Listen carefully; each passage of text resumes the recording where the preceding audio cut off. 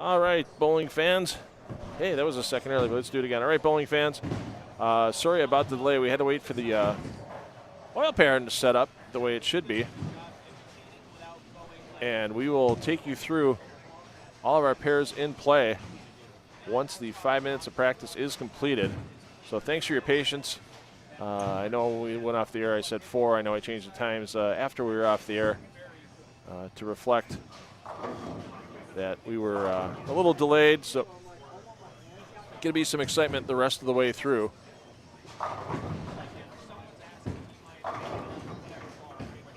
Yeah, as this is our first round of match play. Bowlers that finished 8th through 17th in qualifying are making their appearance here. And your number 17 player you see right there, Alyssa Pearson, was the cut at plus 32. She'll be taking on number 8 seed Kevin Coleman. We'll take you through the whole field once practice is complete.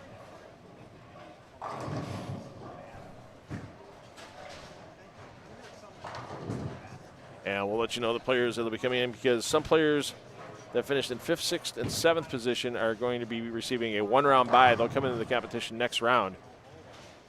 And then the top 4 players from qualifying get 2 rounds of byes.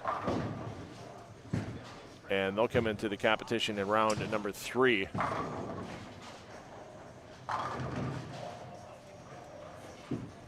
Match play round 4 will be our 4 remaining players. And our championship round, round 5, will be the final 2 battling for the first place prize.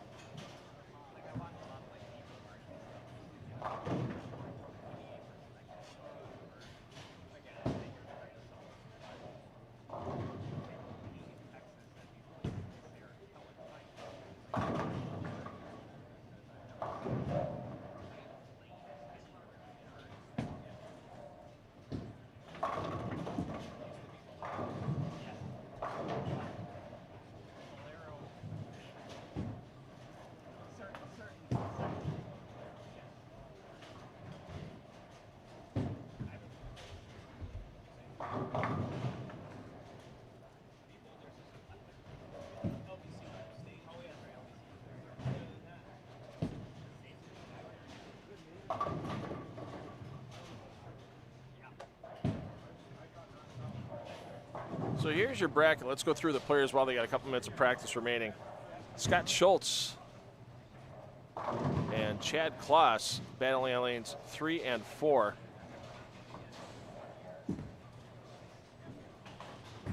Schultz, your 13 seed, Kloss, your 12 seed.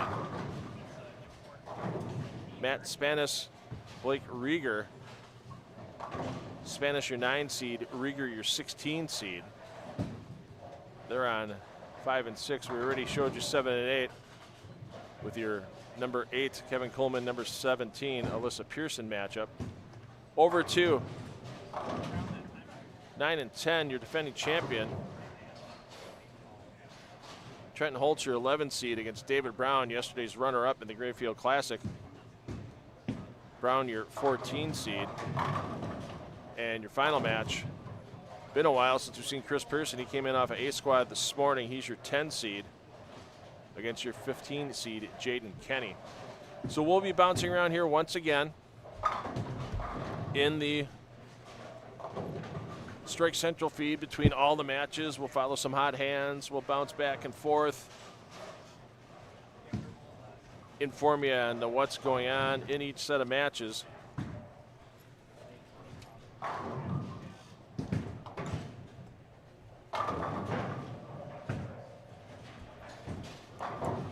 And then we'll let you know the players that will be coming into round 2 and round 3 after their byes go through.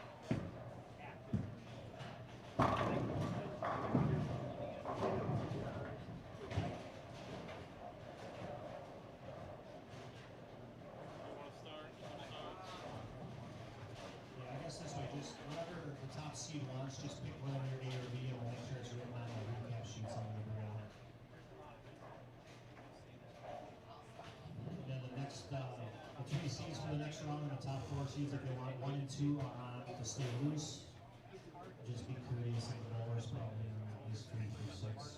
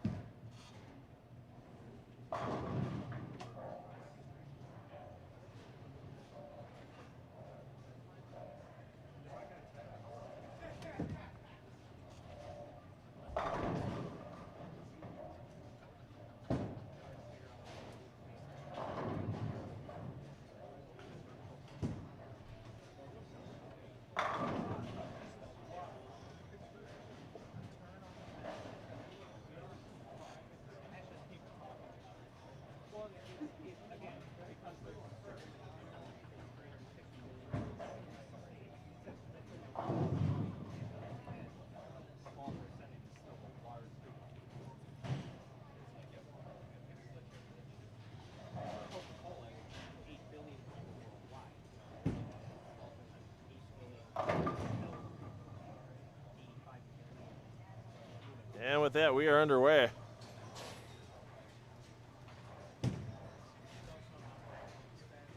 We'll start with the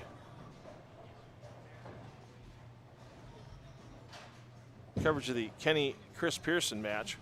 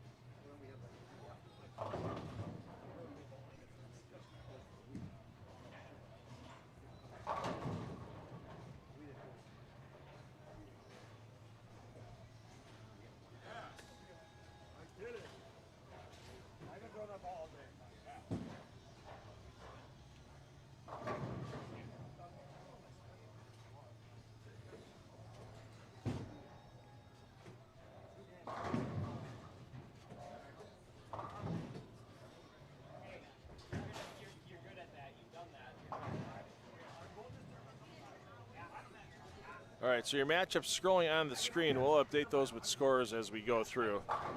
As we said, with the Strike Central feed here, we do some bouncing around between hot hands if somebody's going for perfection. But you have all the pair feeds available to you, so if you're an Alyssa Pearson fan and want to watch that whole match on lane 7 and 8, you are able to do so. There's 3 bowlers that are going to be coming into the field after this round. We'll have 5 bowlers advancing from this round.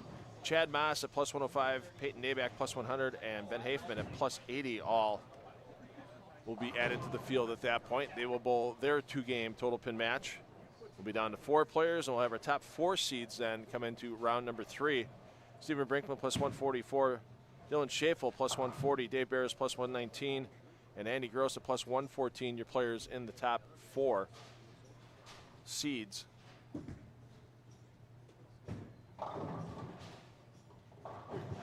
Been a long weekend for some of these players. Pearson of the Chris variety was not at yesterday's.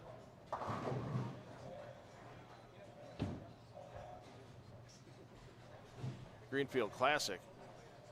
So he's looking for his first paycheck of the weekend, and he has that already earned.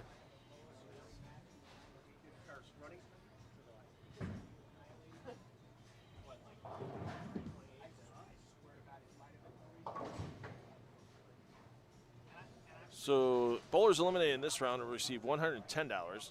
Bowlers eliminated in round 2 will receive $140. Bowlers eliminated in round 3 will receive $180. And then we bump it up a bit. Third and fourth will each receive $260. Your runner-up, $400. Your champion, $700. Plus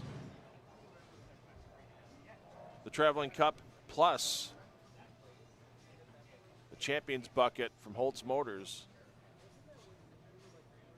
A big bucket of interior and exterior car care products for the Champions vehicle.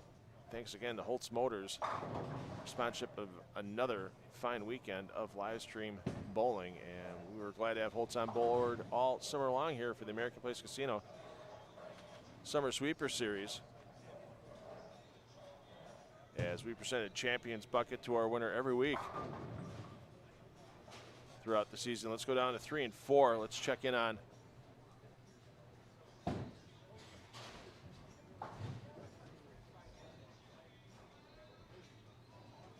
that matchup between Scott Schultz and Chad Kloss. Should have gotten some handicapping done. I think Steve the Hammer Belanda, I think he's out of the building now. Could have the Hammer do some. Oh no, he's here. I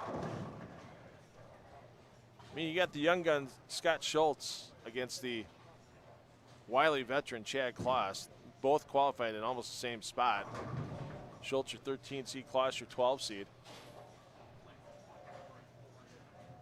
I would think just from experience alone that Steve Belanda would have made Kloss the favorite in this match.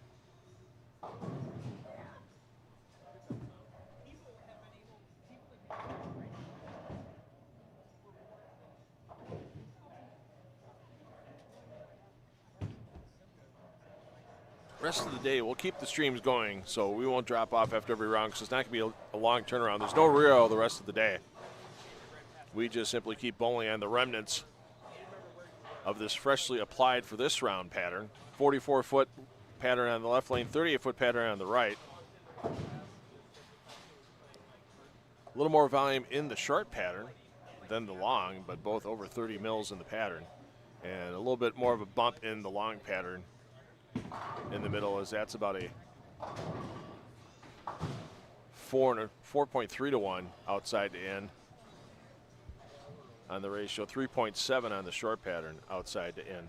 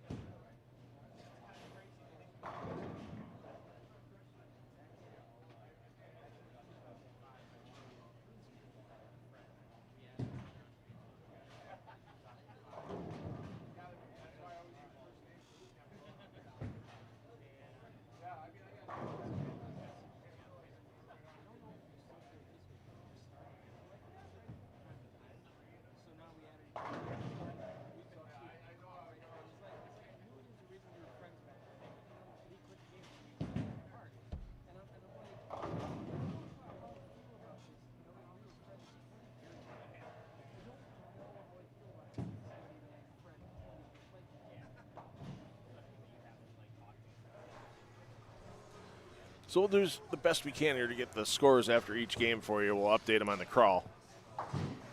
These are 2-game total pin matches. And, yeah, we're back. Sorry, it took a little longer than expected. Once again, we had to make sure this condition laid down properly, fully inspected by Eric Pearson before the bowlers were allowed to practice. And, of course, when you oil the lanes, the longer you give the pattern to set up after the initial oiling, the better it's going to hold as bowling happens. Because if you start bowling at like 30 seconds after they put the oil lane, it still doesn't really adhere to the surface, and you'll get a lot more carry down and oil movement than you would in other situations. There you see Schultz hanging close, but behind Klaas early. Take a look here at the Spanish and Rieger match. Spanish and Rieger each with an open, no doubles. So this match practically even.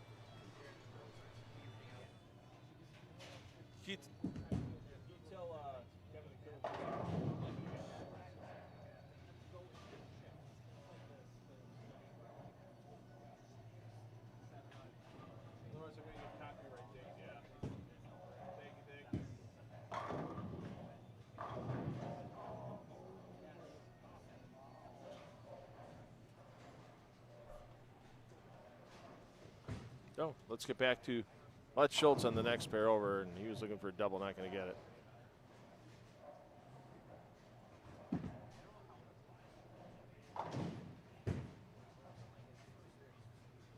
Ooh, and Rieger with the unforced error on the single pin. Let's get over to Coleman and Pearson of the Alyssa variety. Alyssa with the all or nothing game going. Coleman with a double, keeping it clean. So this one, slight advantage to Coleman for the moment, but if Pearson can strike in the 7th frame, that'll tighten things right back up.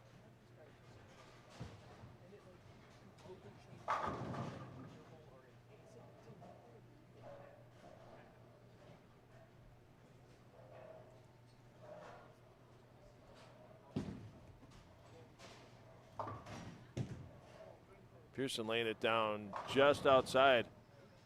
Second arrow on that 38-foot short pattern. Can't get the double, so she's going to find herself about a dozen pins in arrears. Our defending champion, Trenton Holtz, out to a big lead against David Brown. You have to wonder if the number of games Brown already has this weekend starting to catch up to him. As Brown bowled both qualifying squads today, A and B squad, to try to post a great score. We go with 13 games yesterday. So 21 games in less than 36 hours. Actually about 30 hours. So is that catching up with Brown? We don't know. We'll have to ask him after he's complete in this event.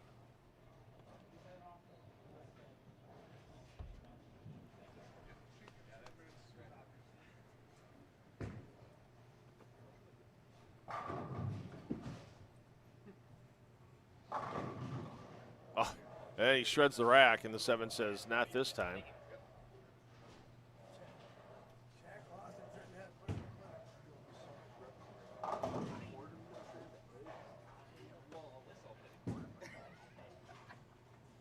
Pearson gets 225 here in her opening game. Max score for Kuhlman, 236.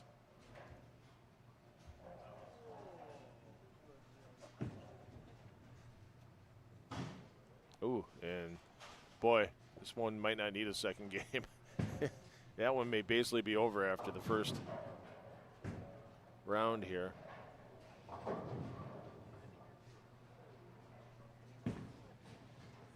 And Chad Klaas looking to put a big hurt on Scott Schultz early as well. Let's check in on Pearson of the Chris variety.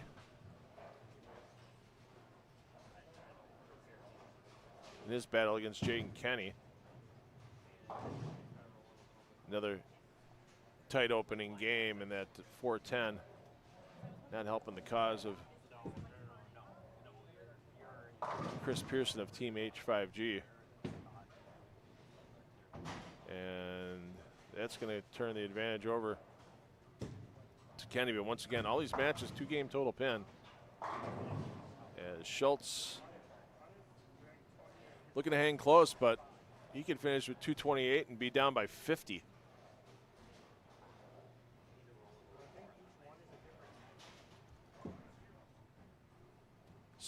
Spanis and Rieger. Spanis another open frame after Rieger goes back-to-back single pin whiffs. Hey, you take the lead. No, I don't want it. You take the lead back. And Scott Schultz has got to be looking at the pair next door to him going, what's going on? I'd be in command of the lead on the pair next door, but it's head-to-head with who you're bowling against on your pair.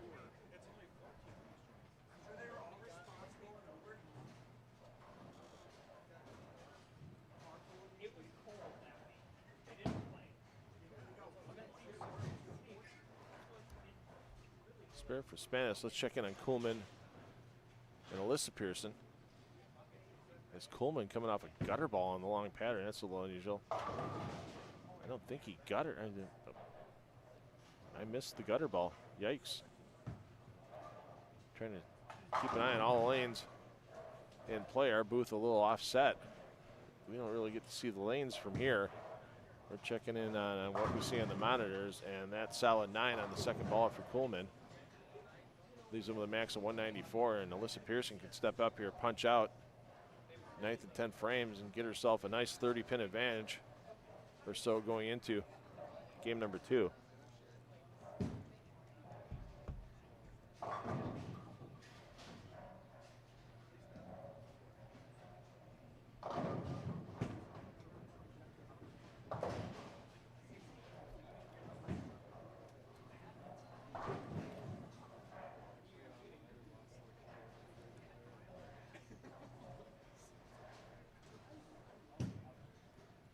On target line for Pearson, takes all 10, takes advantage of that bad mistake by Kuhlman. Let's see if Rieger can stop the buzzard from appearing on his score sheet. Would have made the 7-10.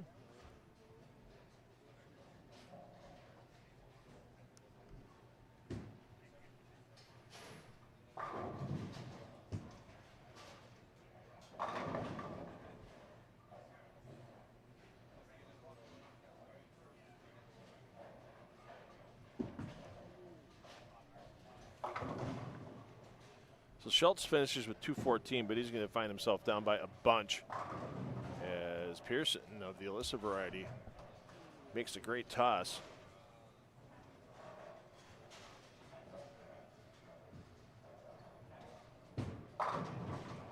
We mentioned Trenton Holt's big lead. Thanks to the struggles of David Brown, he's going to be up by at least 80 pins as Holtz finishes with 258. Kloss looking to put 277 on the board and have a 60-plus pin lead.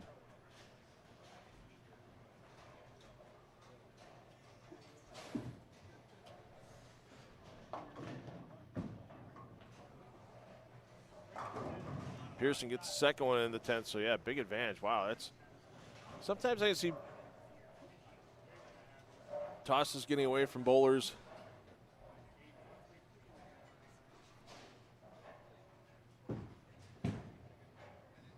On the short pattern, but not the long pattern. Over to Kloss first before Pearson finishes her game. Kloss, 276. 62 pins the advantage after game 1. And there's the 225 for Alyssa Pearson.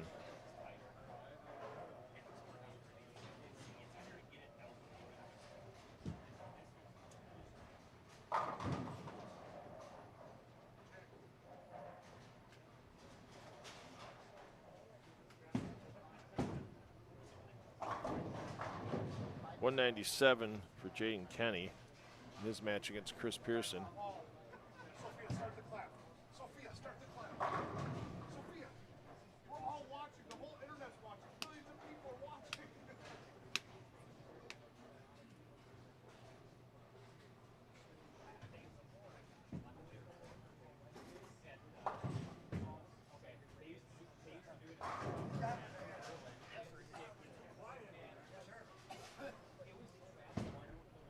Jaden Kenny's going to have a big lead over Chris Pearson as Pearson misses a split in the 10th frame. Finished at 163.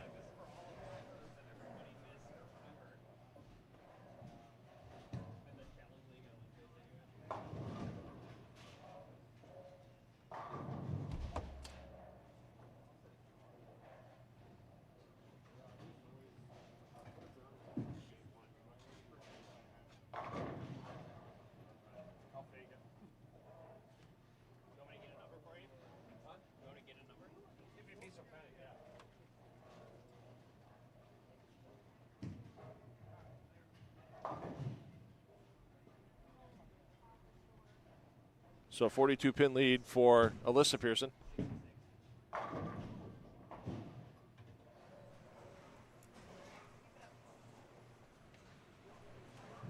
And the only game still remaining that's in game number 1.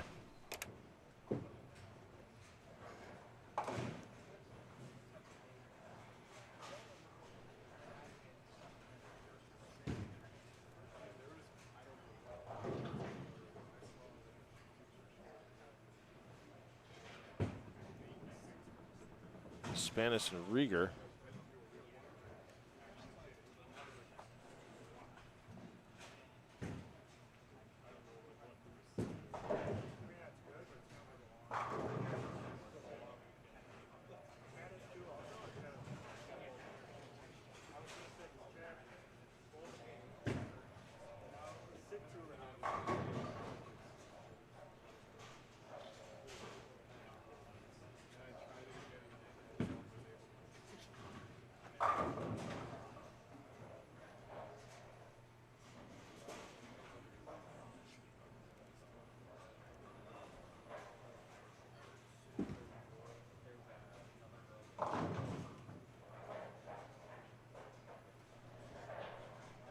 So you'll see the scores updated for game 1 of those matches on the bottom of your screen.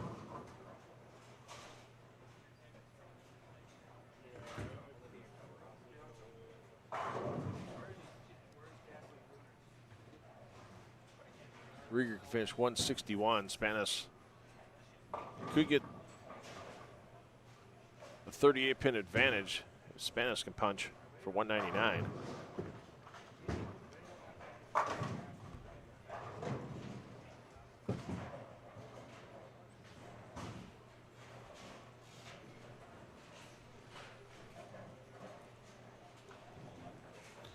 Rieger right now has got to be kicking himself, though. I mean, back-to-back single-pin misses.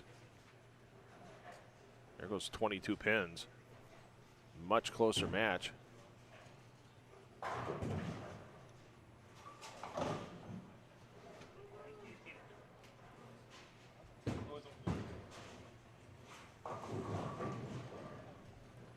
So 157 for Rieger.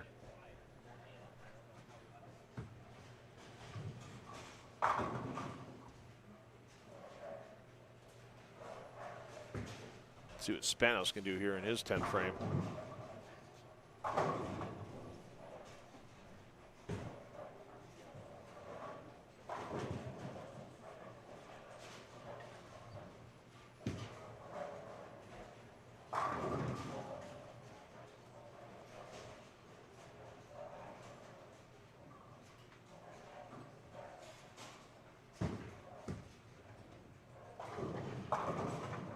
Don't like how long Matt's taking on the shot. He takes a little time on the approach, but usually not this much. Yeah, I mean, just overthought that one.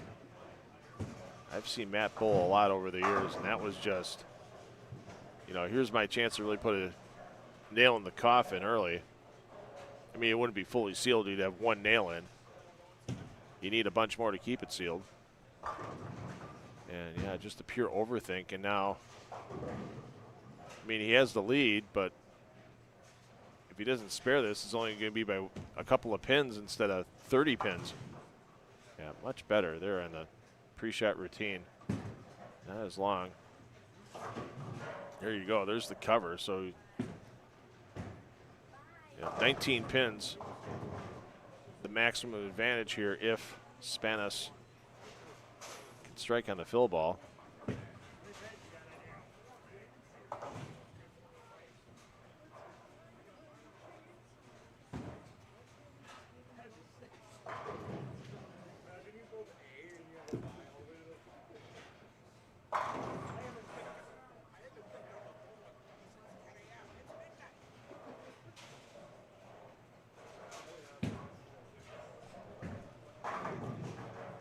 .176 it is.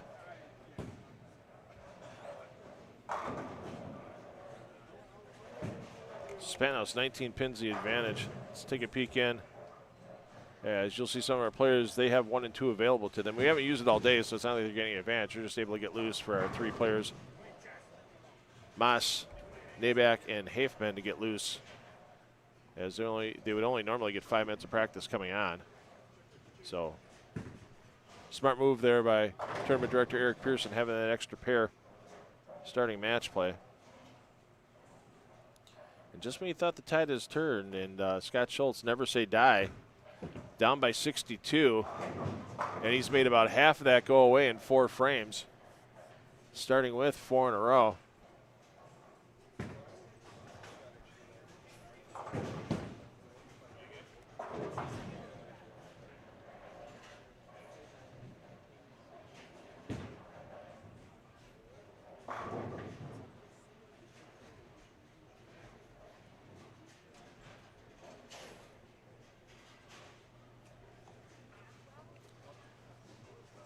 Boy, if Schultz can strike here, that is really going to start making Klaus think a little bit more before every shot, knowing that that young man's found something and is now right on his tail.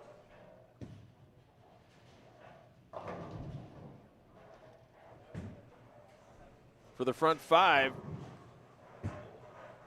I'll tell you what, it is not easy going back and forth between these long patterns on the left lane, short pattern on the right lane, 44-foot on the left, 38 on the right. I mean, it's not like as drastic as you've seen in some events on tour where they go, 50-foot Badger and 35-foot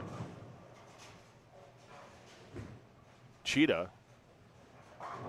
But still enough as Klaus looking to say, young man, you still got some work to do if you're going to get past me.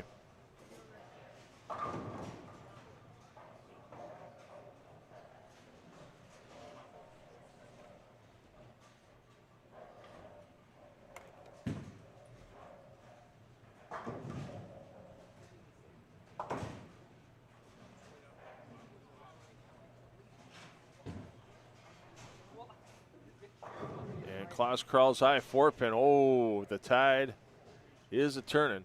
Let's check back in on Kuhlman and Alyssa Pearson as Kuhlman with a 3-bagger. Problem is Pearson 42-pin advantage after game 1. And is that 9 going to go? Yes, it does.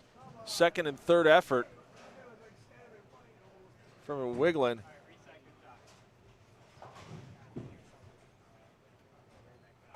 As her advantage of 42 pins basically cut in half by Kuhlman's 3-bagger through the first 4 frames. We'll check back in on Schultz momentarily as Alyssa Pearson's going to fire first.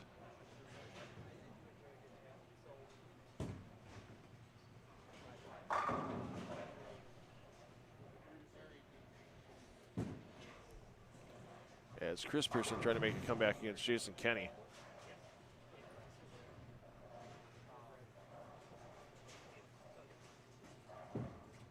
Trenton Holtz Dutch through his first 5 frames of the match against David Brown. Brown clean with a double, but yeah, that's not going to do anything when he's down 92 at the moment.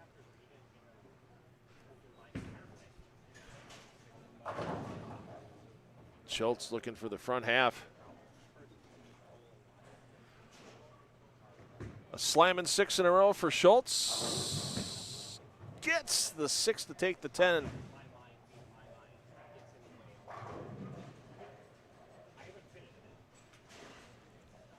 Let's peek in on Jaden Kenny, Chris Pearson.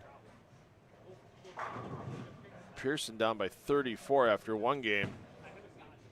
And Kenny gets it to go.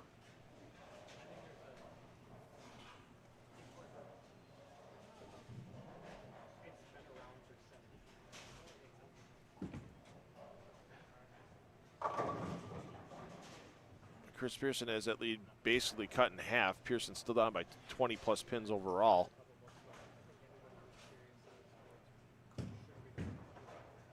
A little short on the release there for Schultz, but he scrambles him up. How about this? Some people would have just rolled over being down by 62 after game one, and that young man, Scott Schultz, has got some heart right now. Not scared of a challenge from Chad Klaus, one of the best the state's seen over the past couple of decades. There's a lot of those players like that in this field. And Klaus double here to try to keep himself close. There's one. Let's see what Chris Pearson can do here, because if Pearson doubles, it's basically a 10-pin match. As Pearson found himself down by 34.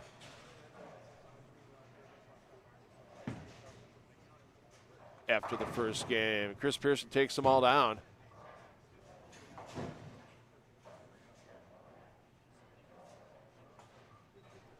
If both bowlers strike out on that pair with Pearson and Kenny, it would be a tie match. So that match is tied. And Klaus comes high. Wow, full penalty paid. Full penalty paid. Pocket 7-10.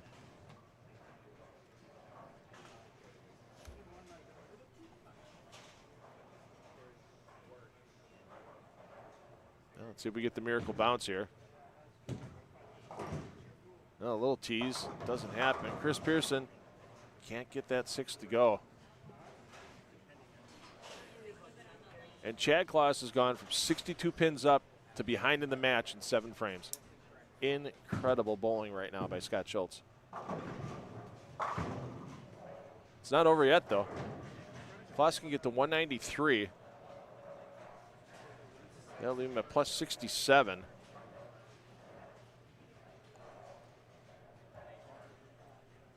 Schultz has to keep filling frames. If Schultz goes 9 spare the rest of the way out, it's 257. That'd be plus 71, so he'd get past Klaus even just by filling frames. Best way to fill frames, though, is 10 down on the first ball. Oh, it almost returned the favor as the messenger gets the 7 down. Takes the 10. Let's get back down here to Jaden Kenny. Chris Pearson as Kenny steps up. Needing to get a double on the board to retake the lead in that match.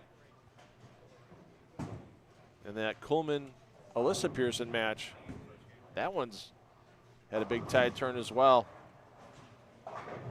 And no double for Kenny. Take a peek in on Alyssa Pearson. Gets them all to dance, gets them all to go, but she finds herself down in the match after being up by 42 after game one. Back to Coleman. Working on 5 in a row. Coleman can get to 278, most Pearson can get to 223, so Coleman right now in the driver's seat. On the short pattern, 38 foot, all go away.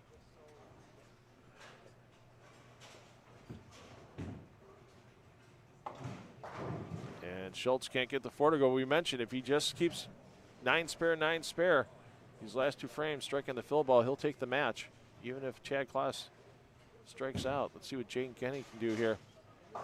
Kenny's max, 205. As the head pin takes down the 10. Coleman looking for 7 in a row. Nope, not even close. You see him. That was just amped on the ball speed.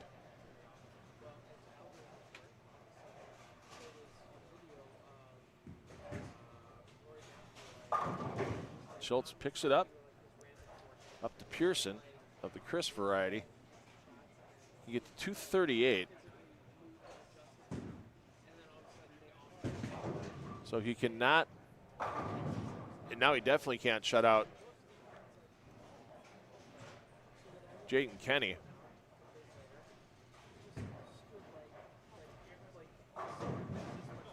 And it's going to be day over for Chad Kloss. My goodness. Coleman picked up his spare. Coleman in the lead momentarily, but Alyssa Pearson can step up in the 8th and 9th and take it right back. We'll get over there momentarily.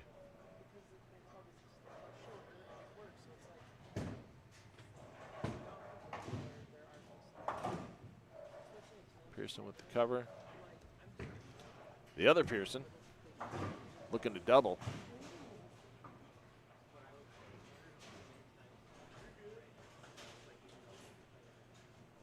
Pearson strikes in the 8th and 9th. She can't be shut out.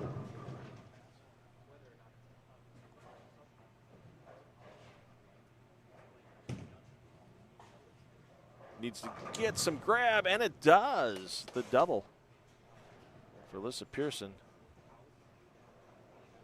Chad Kloss will fire first before Chris Pearson, but it's day done for Kloss. Pretty much. Oh, and then to add insult to injury, almost a stuffed 7-9. Wow. Not the way Chad wanted to end his day.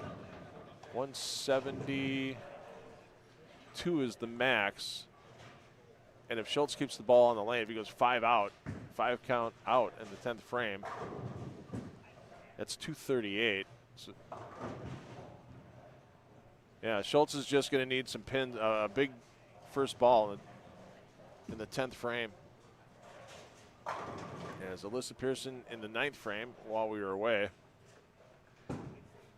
went high on the left lane on 7 and 8, left at 3-6, so she's going to need to pick it up in that match against Coleman and nail biter down in the 10th frame. Well, Pearson's going to make Kenny show up in the 10th.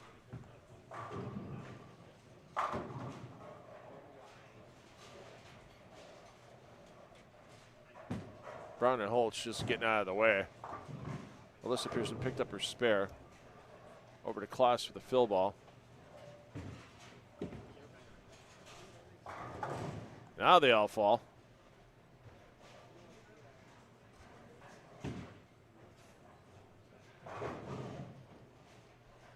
So Pearson strikes on this ball. He gets the 390. He'll get the 389 with his 226 game.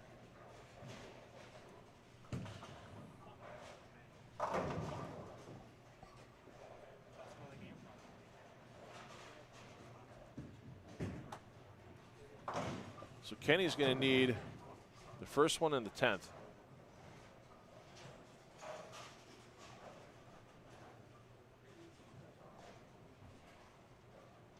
Yeah, because the spare and a strike is 185.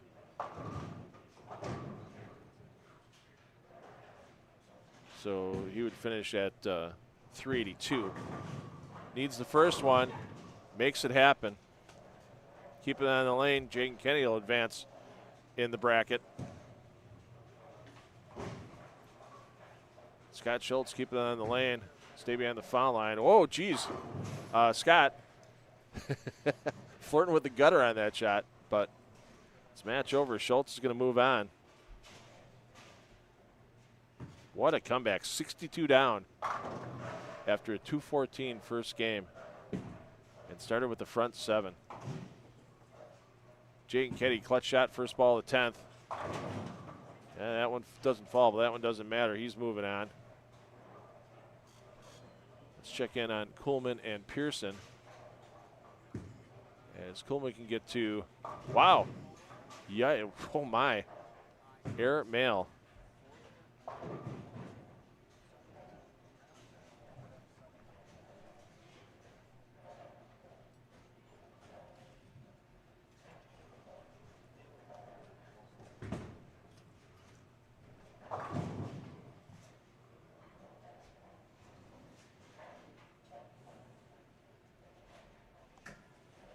391, 389. Advantage moving on. Jaden Kenny.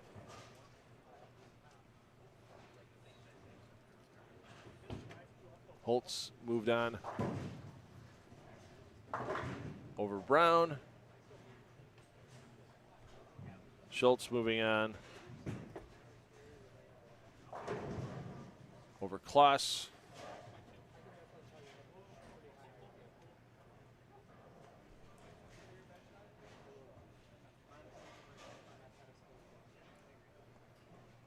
After that open 220 for Kuhlman is at 403. So Pearson needs good count and a mark here in the 10th frame. 225 her opening game. Is that going to get there? Yes, it does.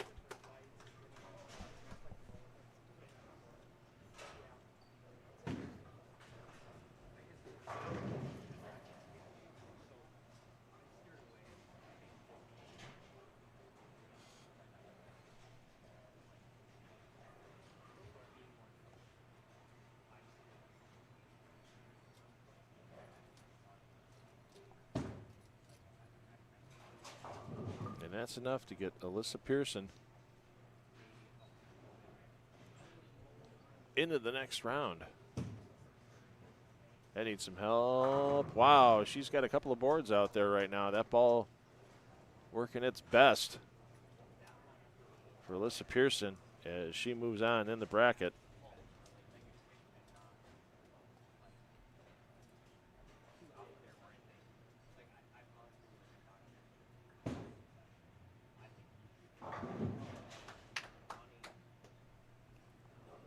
Now it's down to the last match remaining. Spanis, 19-pin advantage after game one.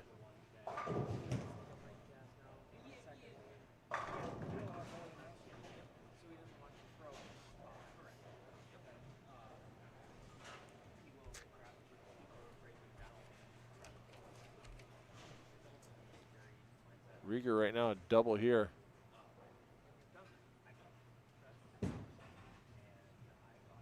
Is huge. 4 doesn't go.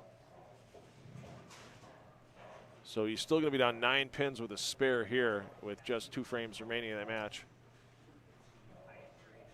So Schultz advances over Kloss. Alyssa Pearson over Kuhlman. Holtz over Brown. Kenny over Chris Pearson. Waiting in the wings coming in, Chad Moss, Peyton Nabeck, Ben Hafman. Joining the 5 winners out of round 1 into the second round of the bracket. And Rieger picks it up. But it's mandatory strike mode now for Blake Rieger because having to make up 9 pins with 2 frames, never easy.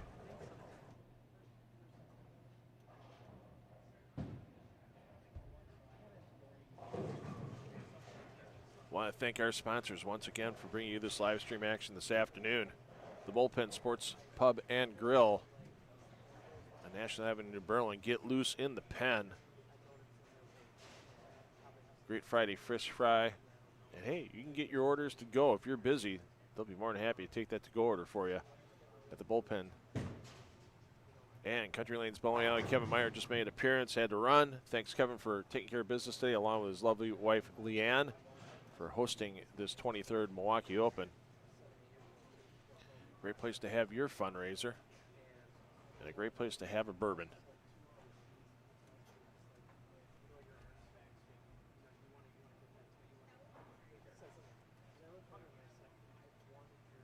Here at Country Lanes. Of course, our champion today walking out with that $700 first place prize and the champion's bucket from Holtz Motors. Over 110 years of sales and service. Highway 100 Janesville Road in Hales Corners.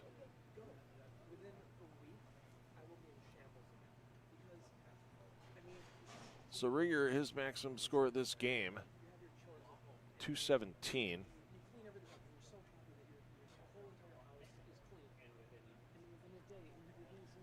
So Spanis needs to get to 198. Pardon me, 199 to assure his advancement. So in order to make sure he gets there, he's going to need a double somewhere. Oh, wrap 10. He thought he was money on that shot.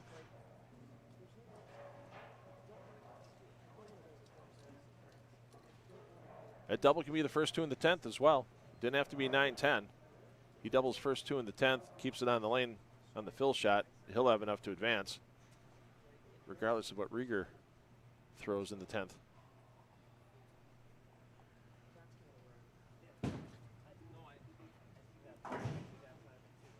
Take the 10 down, Matt Spanis, and move on to the long pattern on lane 5.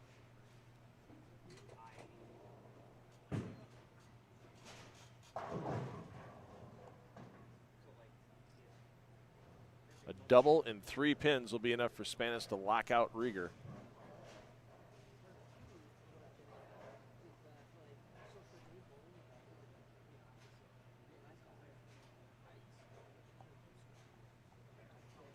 Anything less, and Blake Rieger will have a chance to step up and move on.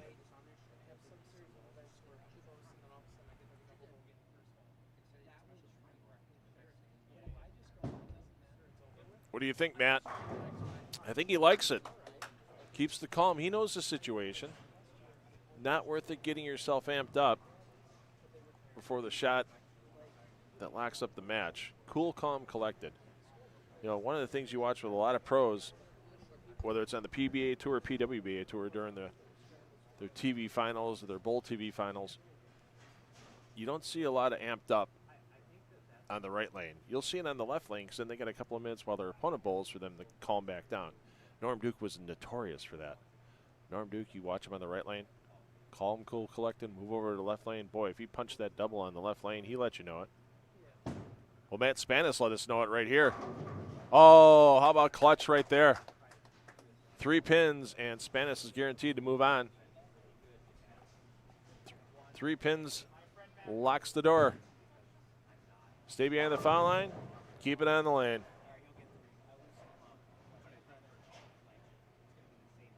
So your advancers out of this round: Scott Schultz, Matt Spanis, Pearson of the Alyssa variety, Trenton Holtz, your defending champion, and Jaden Kenny. Jaden Kenny with a nice punch.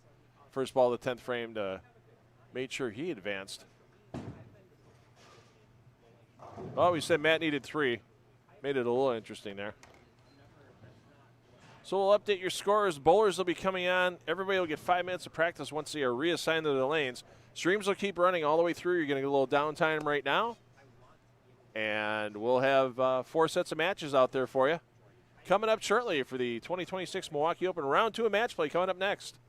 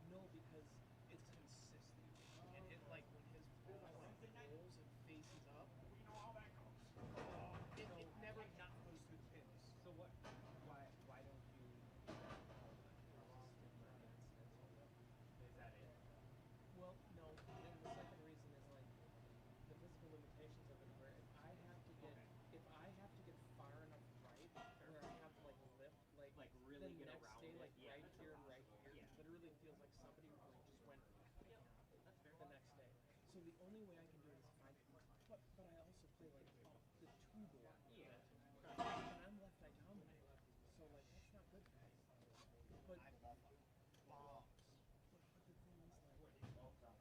I can throw it. I was throwing it 18 and a half miles an hour, up 2, up 3, and just it's a win-win because like I either ace it or if All right, I first round raise my hand, matches. I can be done.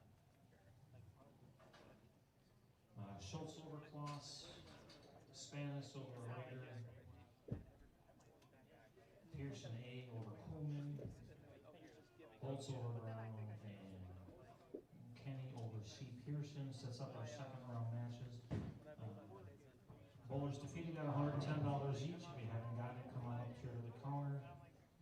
It sets up our next round here.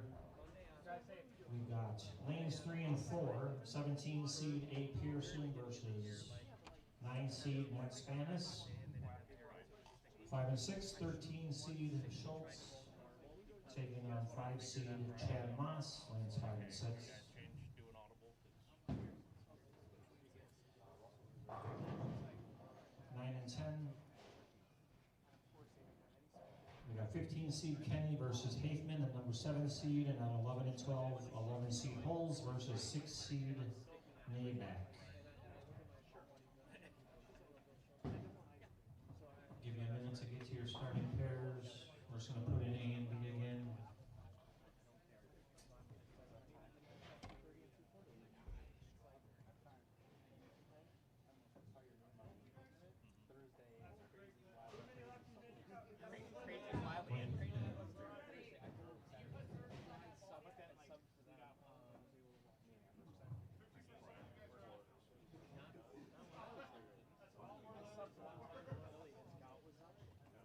All right. We're going to fire them up. 4 minutes. 4 minutes of warm up. Hit your check marks a couple times. And fire them up.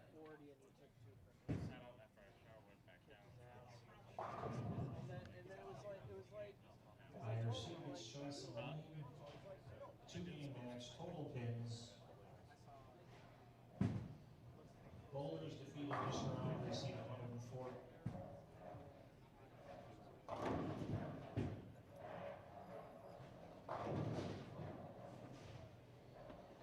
And top 4 seeds 1 and 2 are on to loosen up. Just be courteous of the bowlers on 3, 4, 5, 6.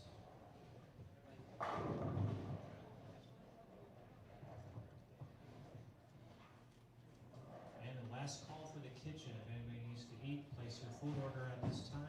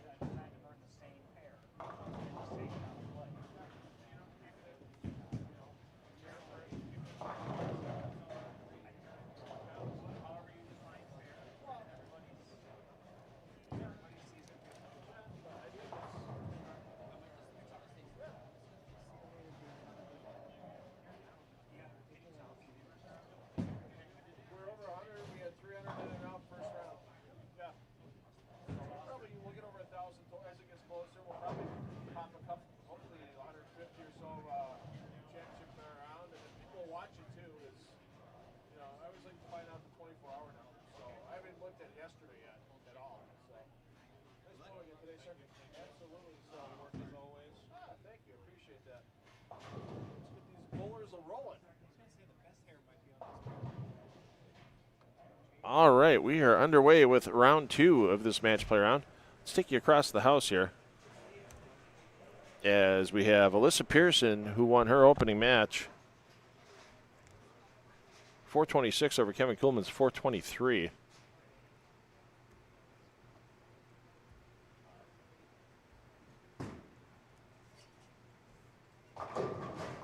She's battling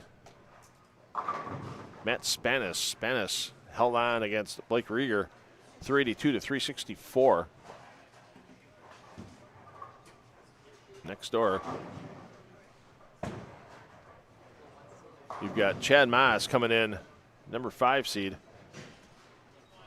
Maas battling Scott Schultz. What a comeback by Scott Schultz, down 62 pins in his first game. Comes back with a front 7 and takes out Chad Kloss. 471 to 448. 7 and 8 not in play this round. 9 and 10. Jaden Kenny, another player that had to have a clutch finish. Double in the 9th and 10th. Took out Chris Pearson. 391, 389. His reward for that, getting to take on Ben Hafman. Hafman had a big run. Front 7, the 4th game of qualifying on B squad to get himself into a bye position. The number 7 seed coming in.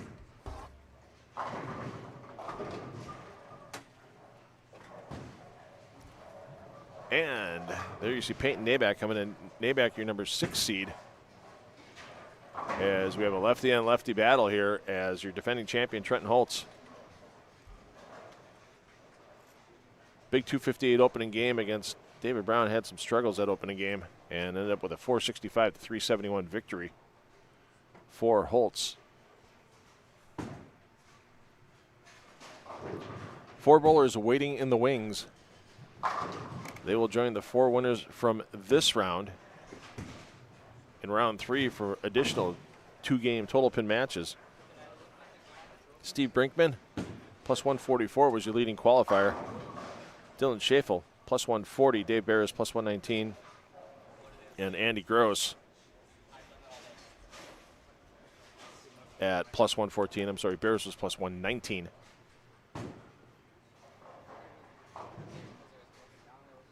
Over to Hafman first before Holtz throws. As Hafman half tens. Now that 6-pin just flopped over like a salmon over a riverbed. And Holtz bounces back after his first frame open with a strike. Alyssa Pearson closed out Kuhlman, marking the 10th frame. Kuhlman had a shot, just went way long on that 44-foot long pattern. Opened in the 10th frame, just let Pearson mark in the 10th to win, and Pearson did it the best way possible.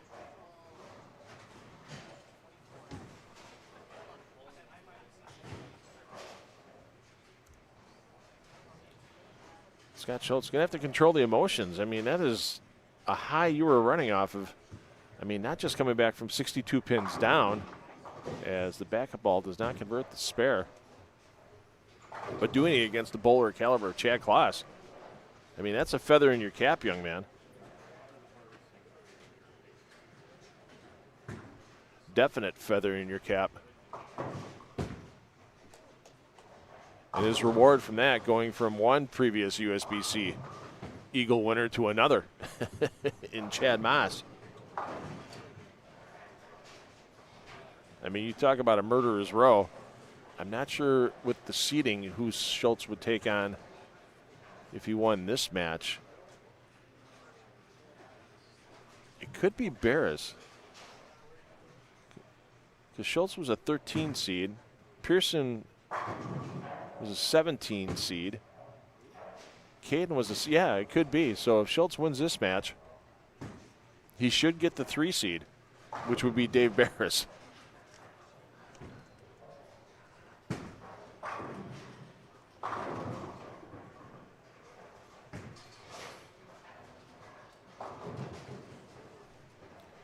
And not only do you hear our bowlers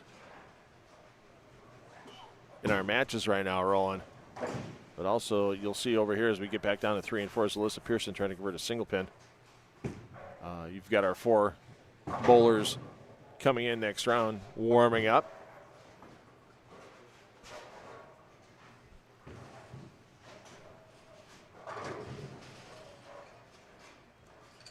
Let's get over to Nabeck. Looking for the front 5, looking to really step on the accelerator after Holtz opened in the 3rd frame, and there we go.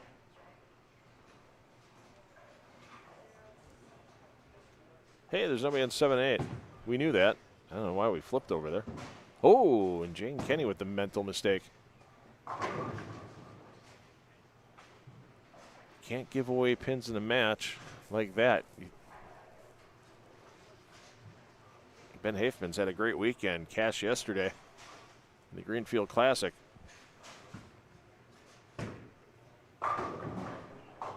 And now another good score here. And a cash in the Milwaukee Open.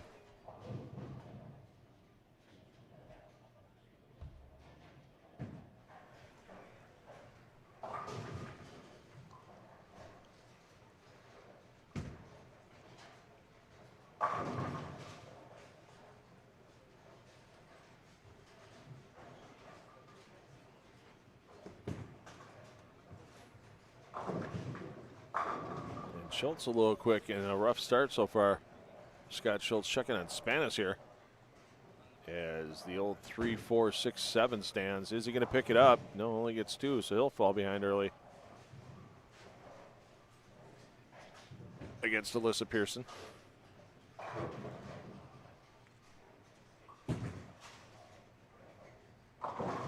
They've been a little light on the short pattern.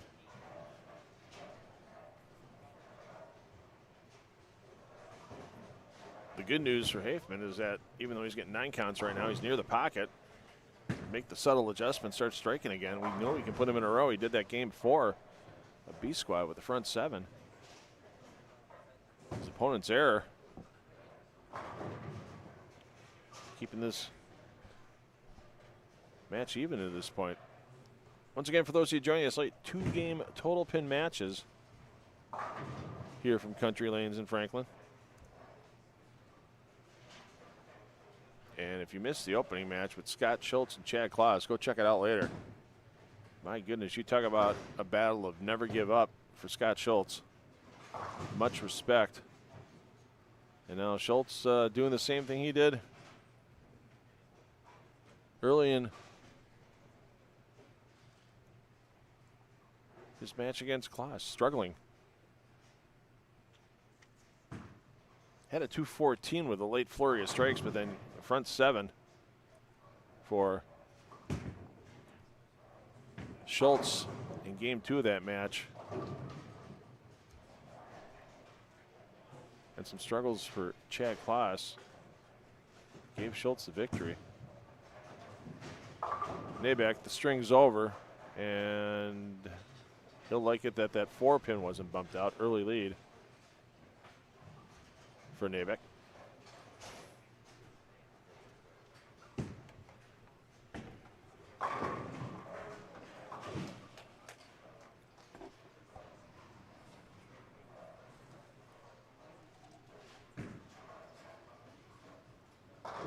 See, 7 hours of coverage today, 12 hours of coverage yesterday for 10 of the Deck live streaming. So by the time we're done, we're going to have brought you 21 hours of great bowling here in southeastern Wisconsin. And we couldn't have done it without our sponsors. Today's sponsors being the Bullpen Sports Pub and Grill. Get loose in the pen on National Avenue in New Berlin. Make sure you like them on Facebook, follow them, because there are daily specials posted that you can take advantage of. And also thanks to our host and live stream sponsor, Country Lanes Bowling Alley. I may have time to enjoy another punch on my Bourbon Club card when we're done here today. Thanks again to the Meyer family for hosting here at Country Lanes. And Chad Moss already has one of our champions buckets from his win yesterday at the Greenfield Classic. From our friends at Holtz Motors, looking to take another one home. All the great car care products in the interior and exterior of your vehicle from Adams Finishes.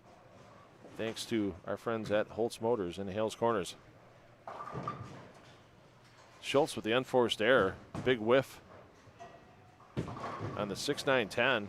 And Maas with the early lead. Holtz running into more problems here. 3-7. He's got the all or nothing game going. 4 strikes, 3 spares. And an advantage for Peyton Naback. Even though Naback did miss that 2-4-7 in his previous attempt. Still finds himself up.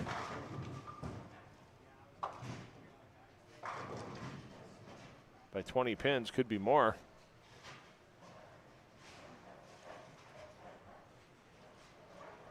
If he can double.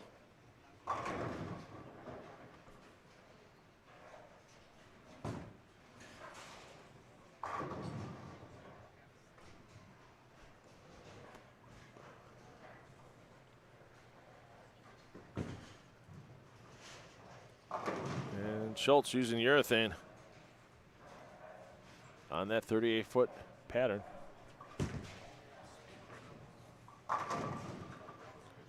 And Hafman keeping it close over to Naback. We just mentioned that double. Actually, we get him out to a 42-pin lead. Doesn't get it. Oh, maybe he does. Ooh, almost got the roller. So he'll be having a 30-pin lead with that conversion. Kenny up by less than a mark if he marks here in the 7th frame. That's the best mark of all.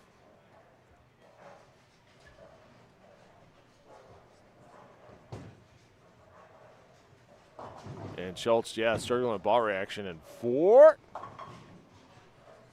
Bring out your golf game, everybody, here at Country Lanes. Just, you have to wonder for a young player like Scott Schultz whether the the emotions that ran through him with that big comeback. Sorry, Chad. I mean, that's one of the things about match play, too, that just can be a real kick in the backside. I mean, Klaus put up 448 in his match for 2 games. The only other bowler in the field he loses to that round is Trenton Holtz. You know, if it's a eliminator format, he moves on. If it was match play against another bowler, probably moves on. And yeah, it's, but you know the rules going in as Spanis double on the board. Keep that match close with Alyssa Pearson. And Chad Klaus now looking to jump out to a huge advantage. Nope. A lot of 9. Oh, it wiggled. That had a big wiggle to it. Holtz trying to salvage 2-teen.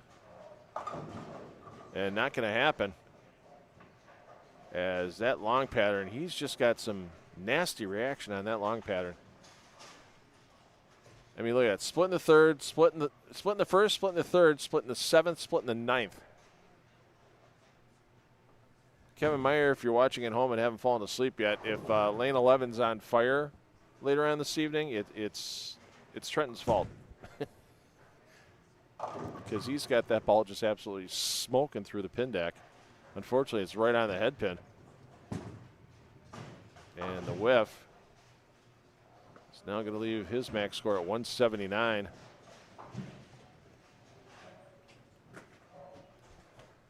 Naback goes Dutch off the sheet. He's in the 2-teens. So a big advantage possible here for Naback. And right when you thought Hafman could get the lead back in his side of the court, 2-8-10. Get 2, move on. Don't want to lose count, especially early in a 2-game total pin match.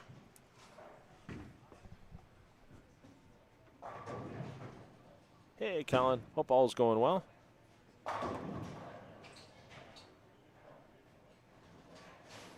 I see the question there. I can't read. I don't see the name. I apologize right now. About doing a live streaming a local event. I'm on Facebook. Best way to contact me, $2 Phil. Just do a search, $2 Phil and 10 on the Deck Productions, or you can do it personally, Phil Brylow, Brylow. And yeah, send me some information. We can talk. We've got some taping dates coming up for the Brew City Bowling Show. We'll be announcing shortly as well. So,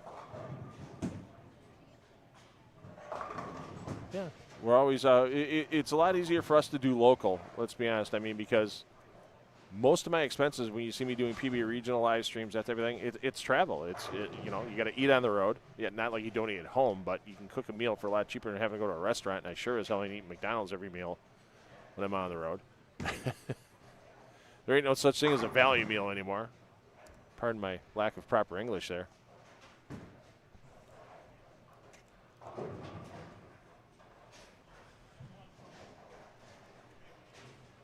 But yeah, that's the big expenses. So staying local. I mean, we live streamed the whole summer series here, summer sweeper series here last year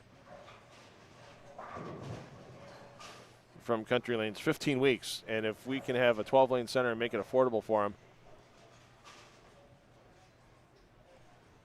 we can probably end up making it affordable for your event. If you want to watch Jaden all the way through, he's on 9 and 10 right now, so you can pick that feed out from our landing page. As I see that question in the chat, watch him every shot. Rebounds around here in the Strike Central feed as Nabak finishes with 212. Actually, let's go over his. Kenny's looking to finish with 232 if he can pick up this 3, 6, 9, 10.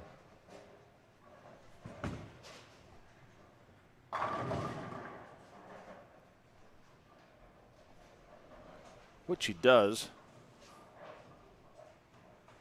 So he'll have at least a 30-pin advantage over Hafman, if not more.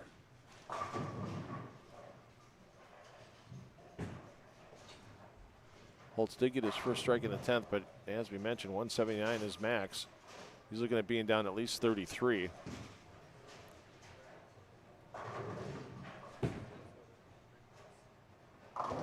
Hafman light on the short pattern, and that's a 190 max, so he's looking at being down 40.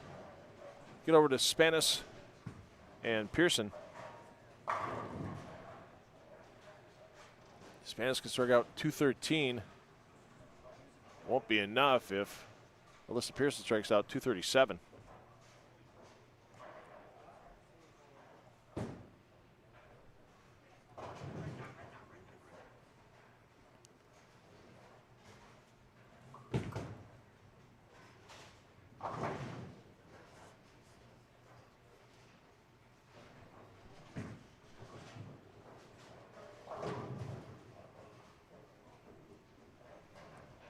Hafman did pick up his spare, so he'll be at a 192 max.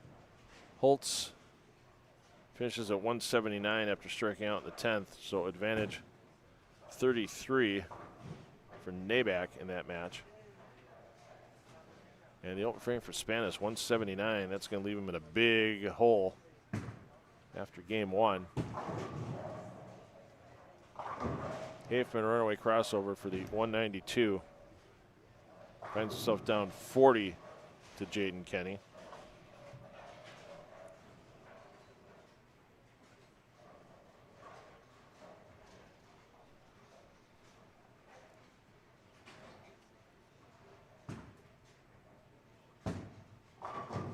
And this person can't get the 10 to go. So she'll max at 226, but she'll still be up by at least 30 pins even with an open.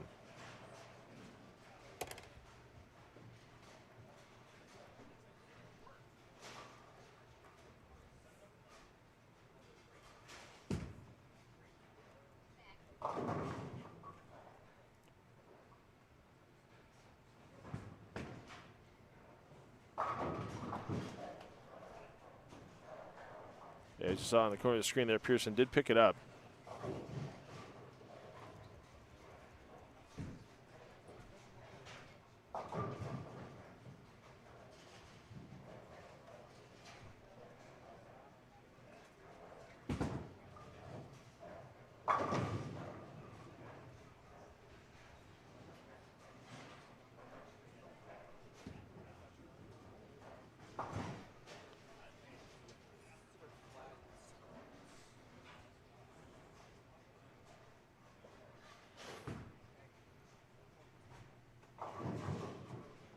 And Pearson 2-2-5.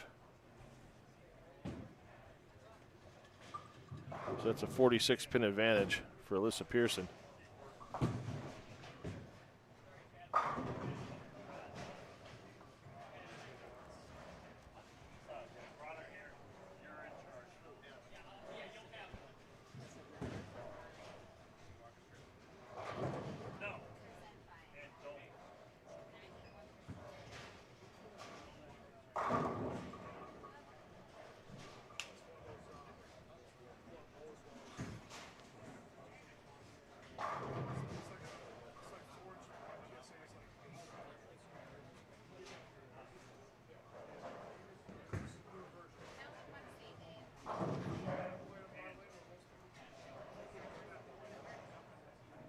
So the only match still in game number 1. Schultz and Maas, and Schultz in a big deficit. 1 strike through 9 frames after coming off starting game 2 of the last match with the front 7.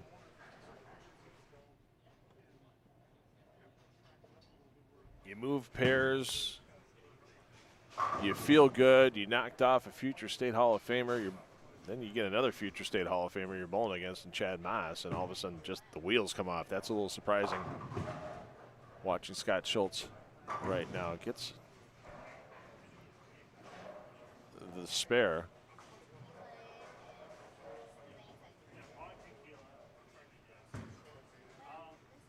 Yeah, it's on the bottom of your screen. You'll see your results so far through game 1 of match 2 for the matches that are completed with game 1. 143 the maximum for Scott Schultz. Chad Maas can get to 214. If you would have told Chad Maas walking into this game that he would have shot even 2-0 if he just marks in the 10th frame and would have a 50-plus pin advantage, he probably would have laughed in my face, especially after seeing what Scott Schultz came away from doing in that opening round.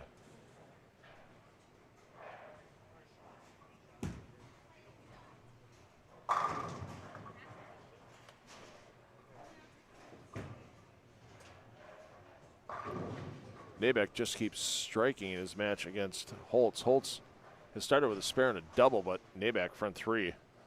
And Nabeck already with a 53 pin advantage.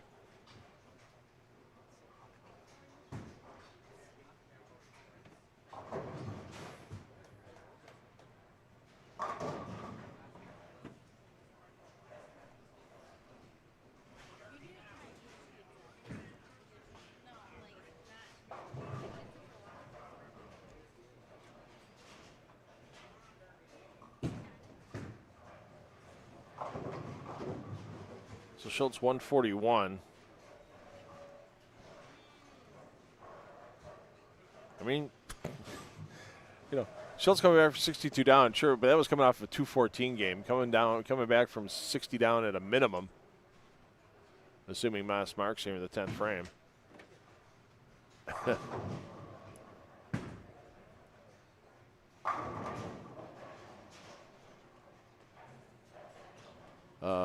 That's a lot more work. It can be done again.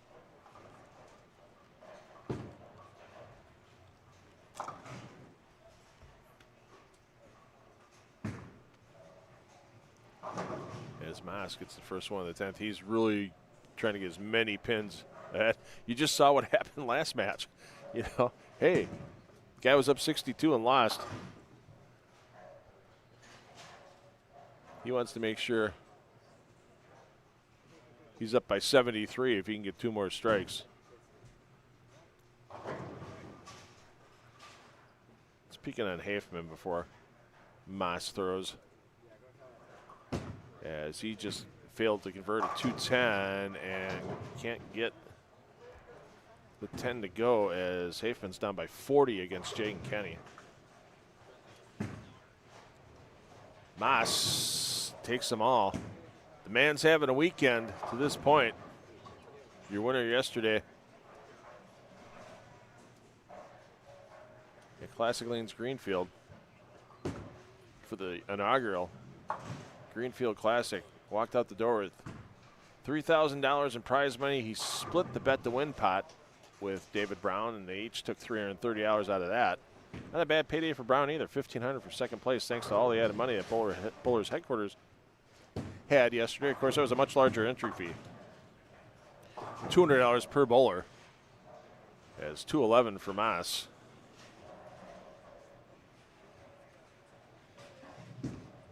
Has him at a 70 pin advantage. It's peaking on the end as Holtz, your defending champion, down by 33. Another 2 strikes on the string would go a long way here, and the 7 just says, I'm going to stay flat. Let's peek back in on Spanis and Pearson of the Alyssa variety. Pearson up by 46 after game 1. Spanis has got only 10 pins of that back at the moment, as Alyssa Pearson's gone spare 3-bagger. I mean, Spanis has to strike here to keep it at a 36 pin deficit.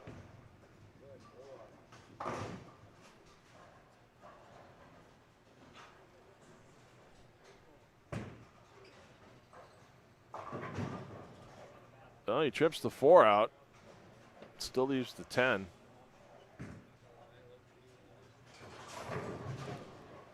Jaden Kenny trying to shut the door early in this match. Spare 3-bagger. Hafman working on a spare, but he opened in the 3rd, and yeah, he 210 last time on that lane. Lucky he didn't do it again. As the frames are starting to run out, as that match has reached the halfway point of game 2. Holtz high again. Boy, that lane 11 has just been his bugaboo. He struck in the 2nd and 4th. That was his first 2 strikes on that lane. That lane was not pleasant for him. Pardon me, he did have a strike in the 6th frame last game. But once again, he was down 33 coming into this game.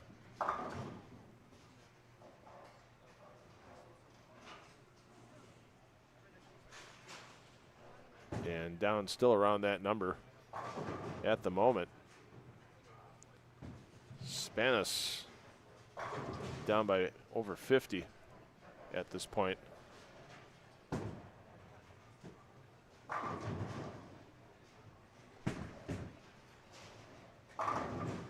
Nabak, solid 9. But Nabak just has to keep filling frames. He knows Holtz is having problems with lane 11.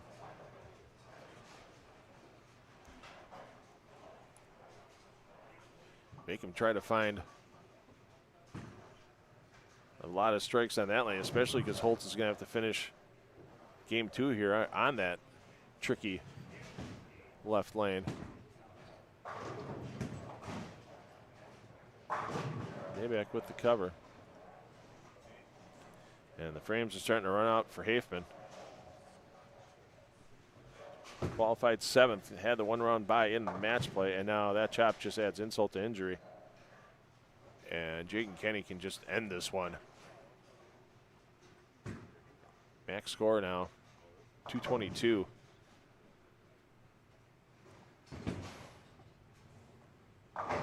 For Hafman.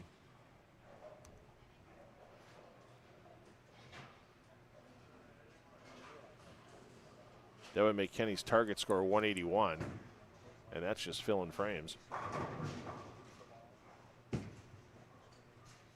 Of course, you're going to fill frames with strikes. That's the quickest way to end this one.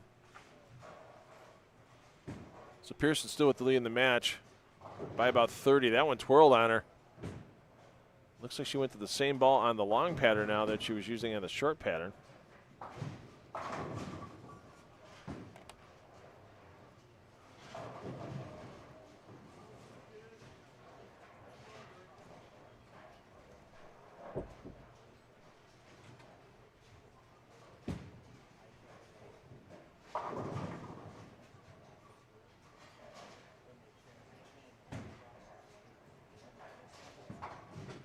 Pearson did not convert the spare. Now Spanish can get that match down to less than a 20-pin deficit for him. And he steps back up in the 6th and 7th frames.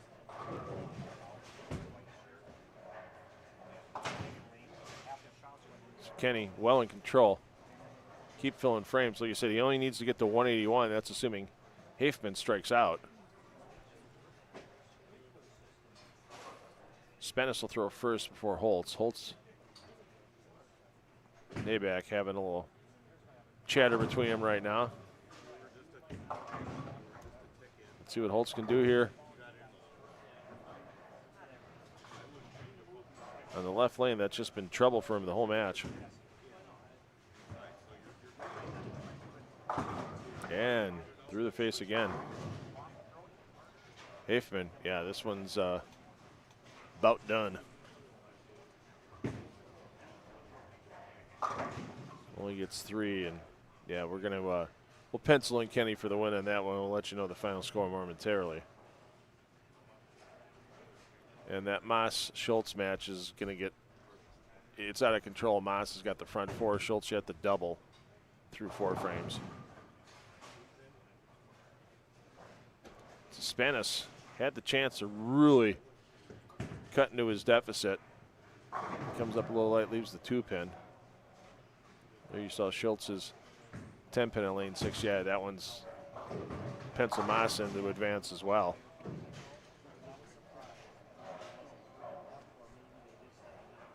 Let's get over the Nabak first, trying to close this one out. That'll close it out pretty close too. It's up by 33.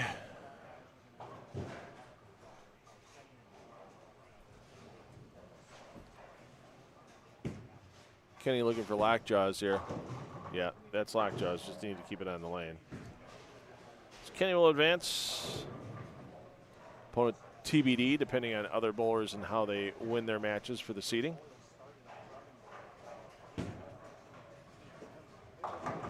And Nabak finds some problems there.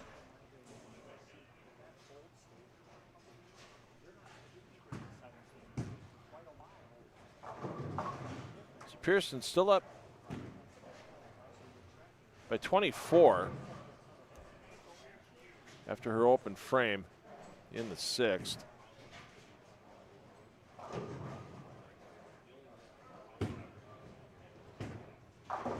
Great cover there by Nabak. So 231 the maximum for Holtz. That leaves a target score of Nabak for 199 to lock up victory.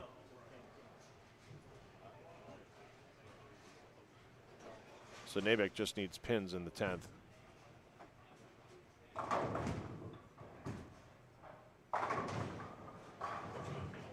And Pearson take the lead back out into the 30s.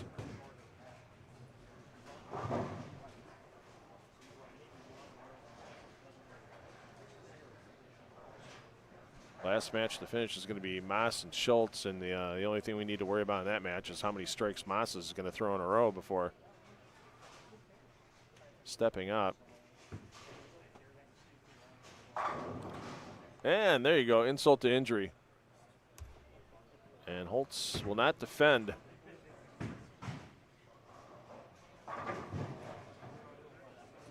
Spanis keeping himself within 30 or so pins overall. Speaking of Moss, how about the front handful? There you go, scramble him up.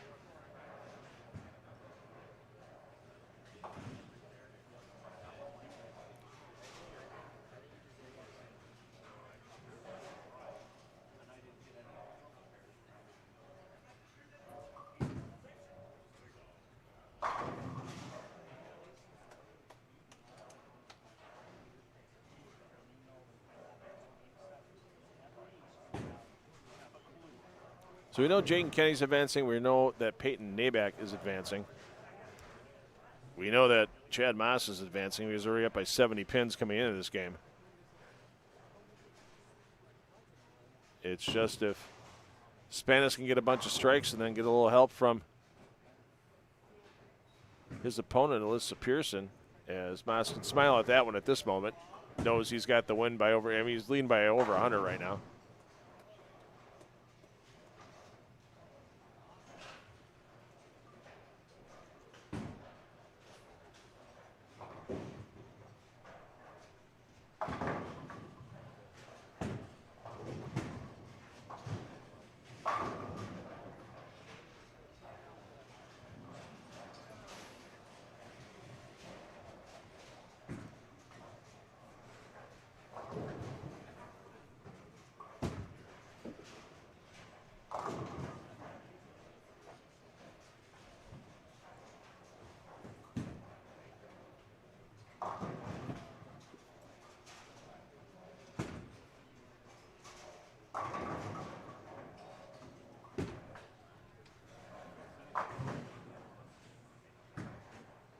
Pearson to pretty much close this one out. Oh, shove everything to the left.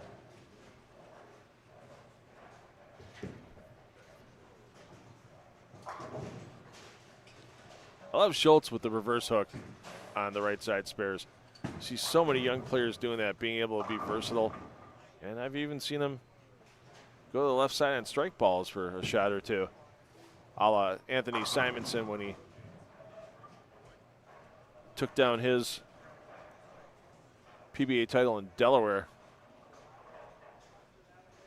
back in 2019.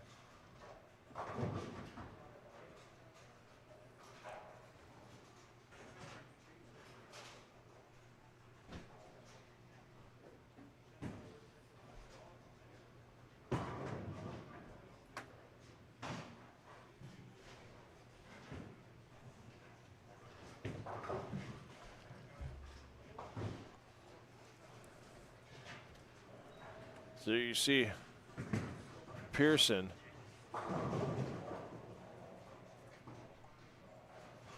Spanis can't get there. Even if she opens here, it's 212. Spanis can only get to 237. 25 pins not enough. He's down 46 coming into the game. So our matches are no longer in doubt, even though Chad Moss just opened. Kenny takes out Hafman 434 to 379. Nabeck beats Holtz 445 to 387. Moss beats Schultz by a lot, and Pearson takes the win against Spanis.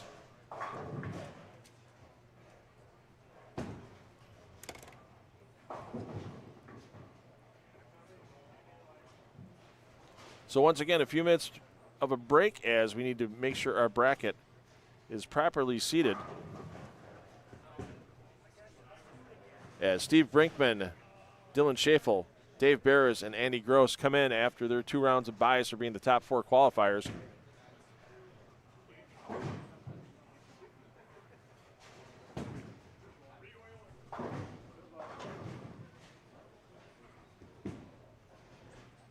And we'll be underway at round 3.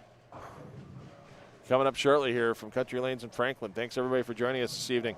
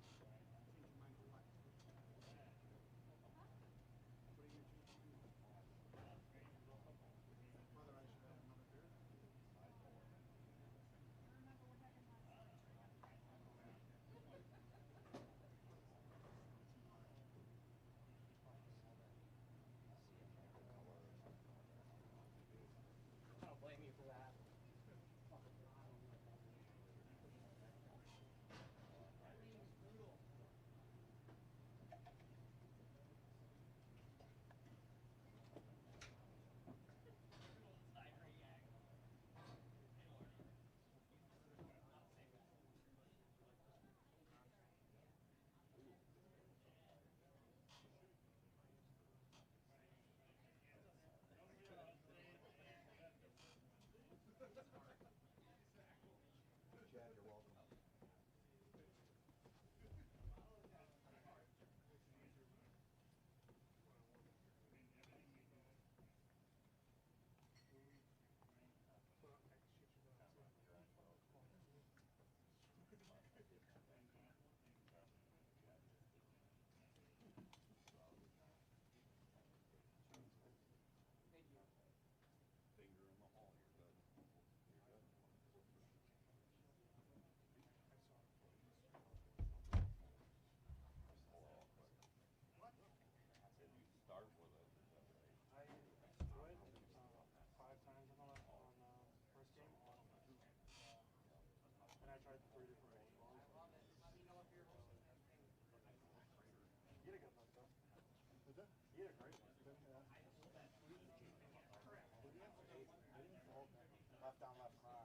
All right, real quick that round. We had Pearson A over Spanis, 449-402. Kenny over Haithman. Moss over Schultz. And Maybeck over Holtz. So our next round match is 15 seed Kenny versus Schaeffel, 2 seed on 5 and 6.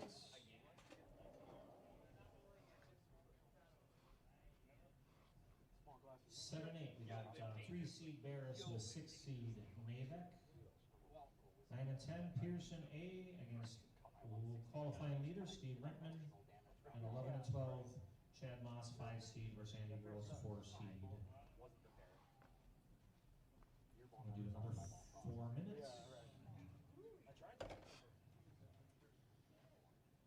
And then I have envelopes for Schultz, Holtz, and Haithman. $140 for the last round.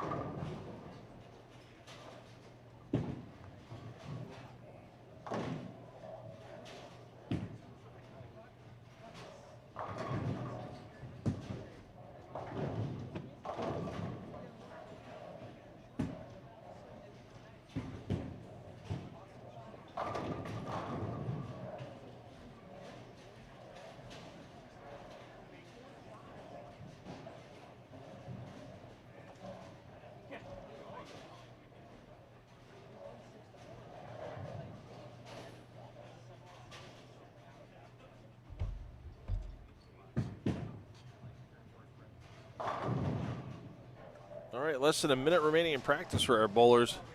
Give you the rundown of the matches. You're going to see this round as 4 players enter that had 2-round buys with Schafel, Beres, Brinkman, and Moss. There you see on 5 and 6, Jaden Kenny against Dylan Schafel.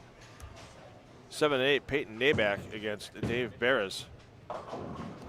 9 and 10, Alyssa Pearson and Steve Brinkman. Brinkman, your top seed.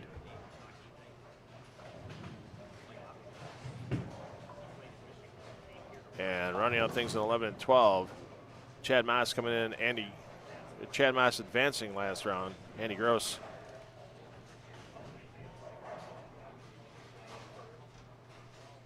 Coming in after a 2-round bye. So we'll be underway here momentarily at the 2026 Milwaukee Open. 3rd round of match play, 2 more rounds remaining. As we'll be down to our final 4 after this. Another 2-game match set. In round 4, get us to our championship match in round 5.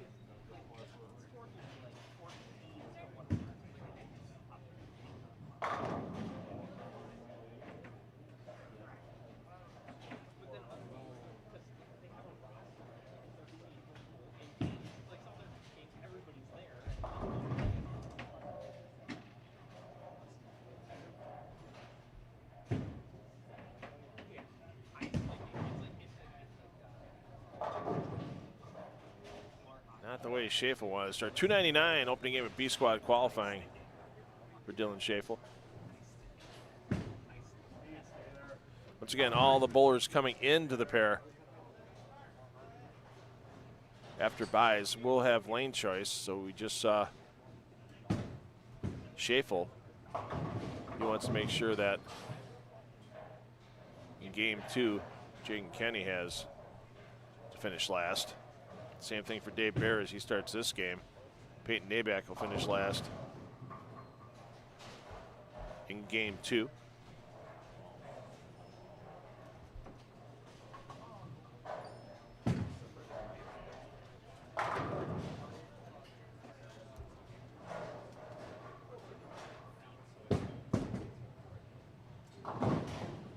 Almost to cover there by Kenny. Both players early opens. Once again, 44-foot pattern on the left lane. 38-foot pattern on the right. That left lane pattern, just over 30 mils of oil in the pattern, about a 4-to-1 ratio. 31.5 mils of oil in that 38-foot pattern.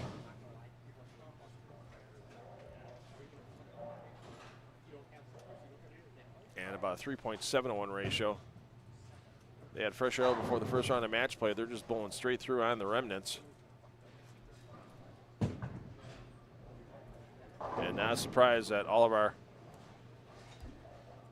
top 4 seeds coming into this match with lane choice are going to have their opponent, who already have at least 1 round, if not 2, of competition, and have the hammer in the 10th frame game 2. And yikes, that's just a horrendous break for Alyssa Pearson. Backup ball by Nabak gets air. Hopefully those 4 pins of count don't haunt him later. Could have been sitting at 28 in the second, instead sitting at 24. Boy, you know, 2 pins here, 4 pins there, and the 2-game match can add up real quick. As Pearson gets 1. Oh, a little festive. It's that time of the year. Fat Tuesday coming up pretty soon. And Dave Beres is wearing the festive Team H5G jersey today with the New Orleans Mardi Gras theme. Wow, and Schafel misses a single pin. I mean, we just saw Chad Moss on that pair, you know, come out with 414. Scott Schultz struggled the whole way on 5 and 6. I wouldn't think it's the pair that's the problem.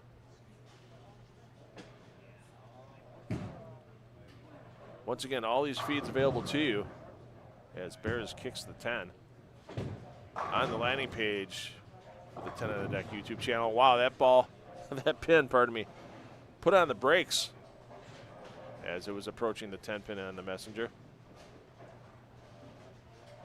Brinkman running into some trouble with the 210 and only gets one on the conversion attempt. So that match practically even after Alyssa Pearson's pocket 7-10 in the second.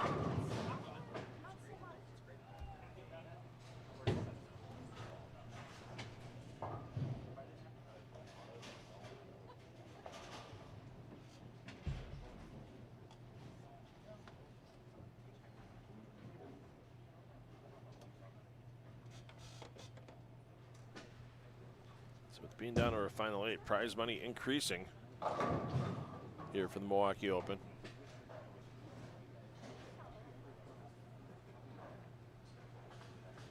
As players eliminated in this round earn $180. Guaranteed at least $260 for the 4 players that advance to the next round. Runner-up gets $400 today, champion $700, and along with that championship, traveling cup, our champion today will receive the Champions Bucket from Holtz Motors. Great car care products and phenomenal service and a sales staff you can trust. There's a reason why they've been on the corner of Highway 100 Janesville Road for over 110 years. We want to thank our friends at Holtz Motors for taking care of business. And I know Jeff Ross isn't watching tonight because he's finishing up at the state bowling tournament, but anybody at the bullpen, if you got us on, I'll be calling you about an hour for a to-go order after we wrap up here at Country Lanes. Appreciate the staff at the bullpen, Sports Pub and Grill on West National Avenue, New Berlin. Get loose in the pen. The bullpen, Sports Pub and Grill. Make sure you follow their Facebook page to see all their daily and weekly specials. Bears looking to take a commanding lead early in his match against Nabeck, as Nabeck having some issues with the left lane, 2 opens.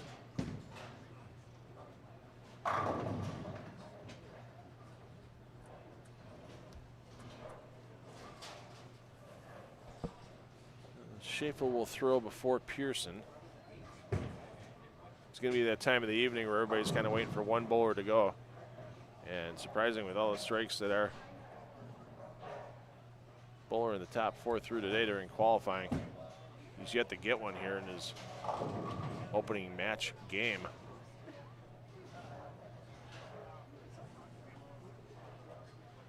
Bears looking to pile on early.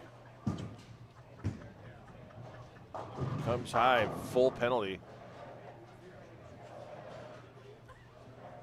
With that 4-7-10.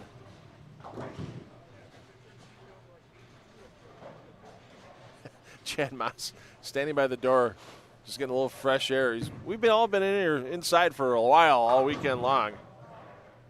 I mean, like we said, we're in hour 20 of our coverage this weekend between the Greenfield Classic and the Milwaukee Open. So thanks everybody that's joined us all weekend long, and especially as we creep into your Sunday evening primetime TV schedule.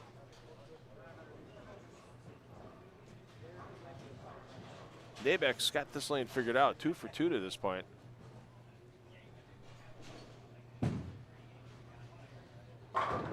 Three for 3 now, but he's got to figure out that left lane to have any chance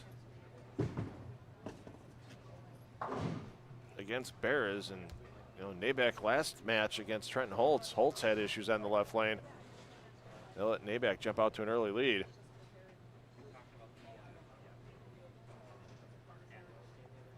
And hold it all the way through the match.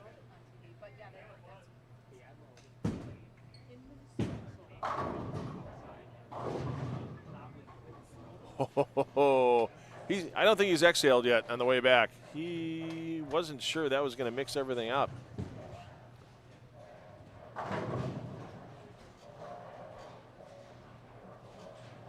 Makes it happen.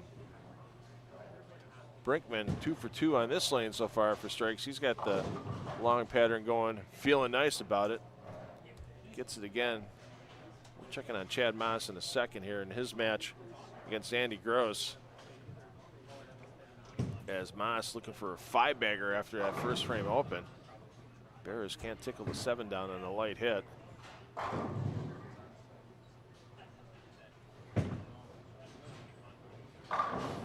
And make it 5 in a row after that open for Moss, as he's trying to go back-to-back titles on the weekend.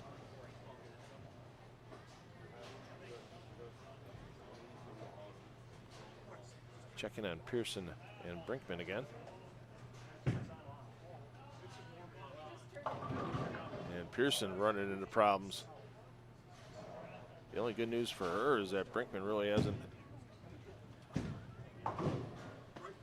come out of the gate strong. Gross trying to play catch up. Right there.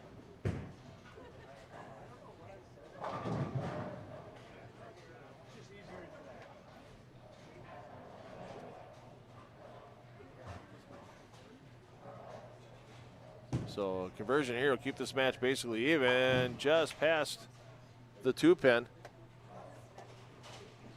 Over to Bears. 23-pin lead at the moment. But Naback can take it down to 13 if he can continue his string, and yikes. 2 different balls, 2 different angles, 2 different patterns, but yet the same. Rattle 7 on the light hit.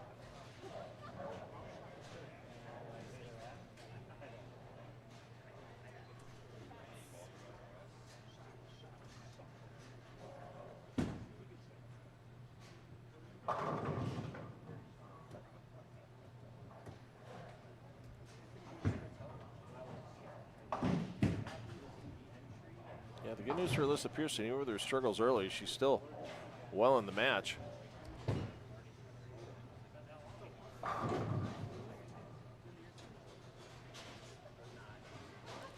Andy Gross, 9 or more every shot. Problem is, he's got none of those strikes in a row, and he's finding himself down by a bunch against Chad Moss. We'll get over to Moss in just a second. Actually, Naback will probably fire first.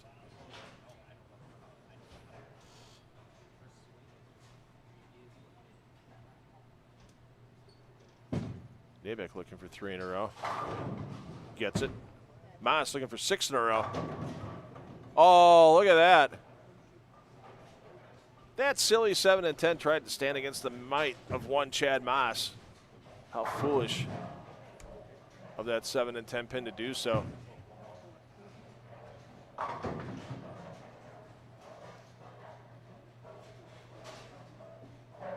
Naback basically makes this game even and can take a small advantage. Strike here in the 8th frame. Oof. The Rob Stone pork product making its way onto the score sheet of Peyton Naback here in the 8th frame.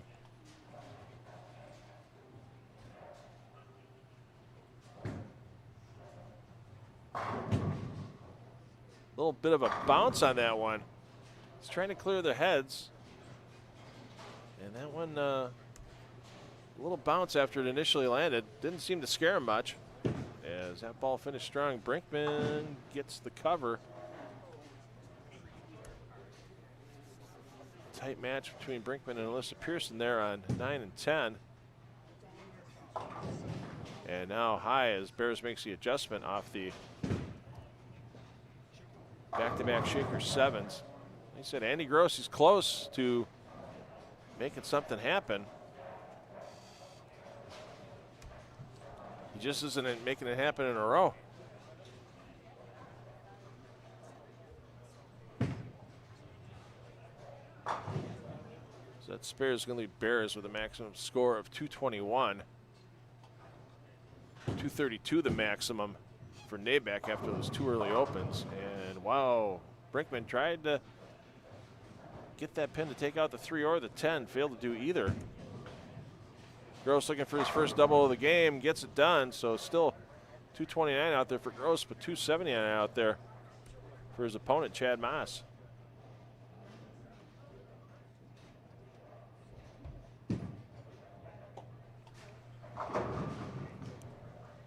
Bears gets them all to fall.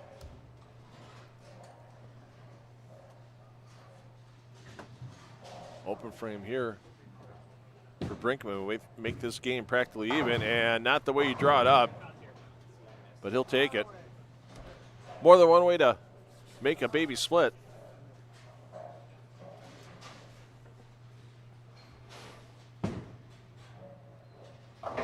Moss gets everything to get near that 7-pin something. If you can identify that pin that actually took down the 7, the FBI, I'd like to talk to you, the federal bowling investigators, because they're not even sure what pin hit the 7. There could be a cash reward. You could remain anonymous. And Alyssa Pearson, that was the 5 that took down the 7. As Pearson's still looking to get the 213. 216 the maximum for Brinkman in that match between Alyssa Pearson and Steve Brinkman. And Nabeck has it rolling now. And the flat 10. It's still a game in the 250s with a conversion here for Chad Moss. And at least a 29-pin advantage if he goes spare strike. Alyssa Pearson, that time she gets them all to go.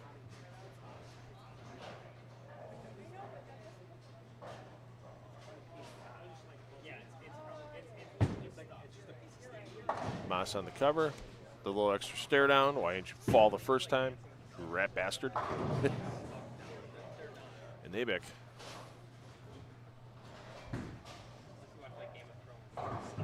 Can't be worse than a tie for Nabeck at the moment if he spares here, because Barra's strikeout would also be 221. And I know we haven't had a chance to peek in on Jaden Kenny and Dylan Schafel yet. We'll do that shortly.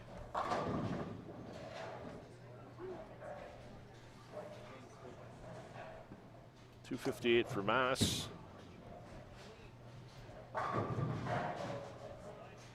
$199 Jaden Kenny to start that match, and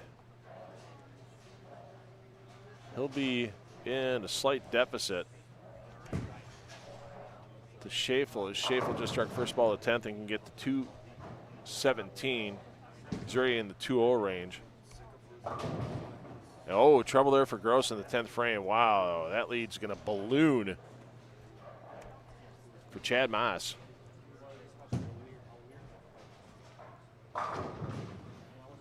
As Bear is trying to make that match even after the first game.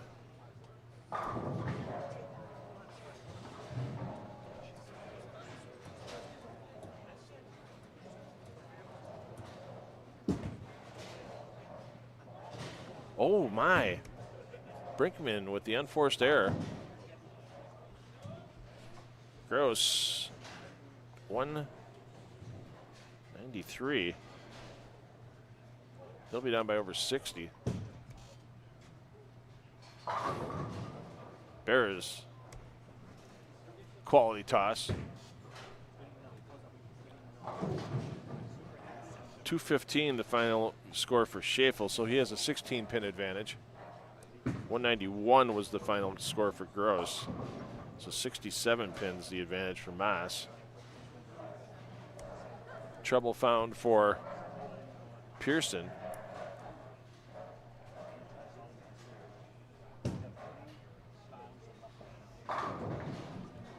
And we're even. 221 apiece. Bears and Nabeck did it in very different fashions. Nabeck found trouble early, had a big string of 6-bagger to make the comeback.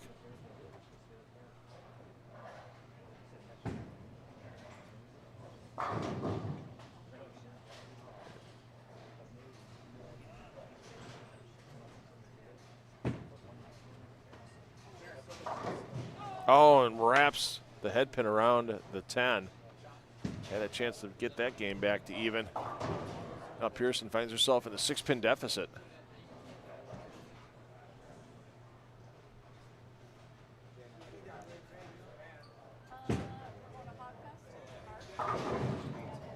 Nabeck can't get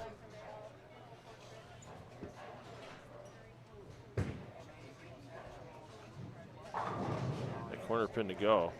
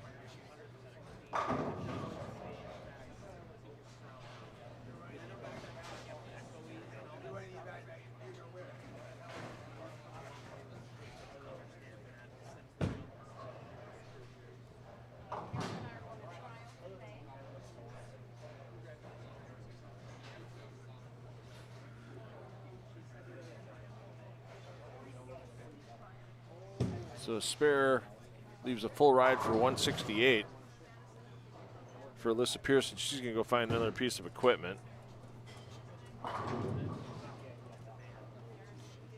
Let's get down to the end here. Chad Moss, Andy Gross. Gross, open frame in the first, already down by 67 pins. That's not going to help the cause.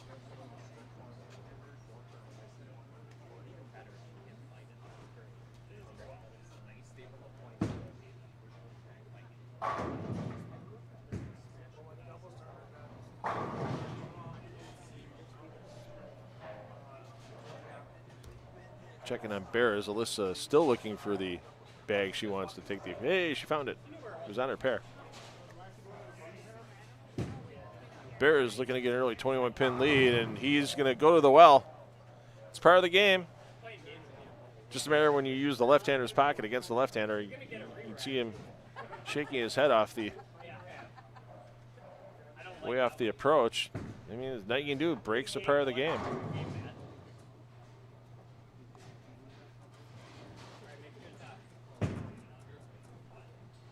So Moss, there you go, three-bagger. Yeah, we'll put him in the Final Four. Barring him tying his shoelaces together and going for a little sled ride behind the building.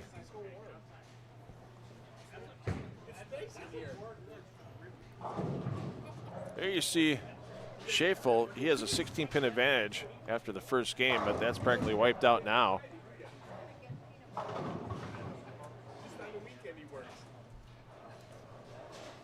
As the first three for Jake and Kenny.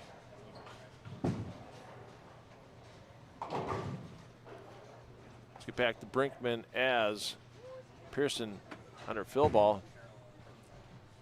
Took 8, 166. So Brinkman can get to 184. And is he going to shake the 8 down? Yes, he does. Shake the 8 out. Somebody just hollered scoreboard doesn't lie, and hopefully that's not what threw Nabeck off, because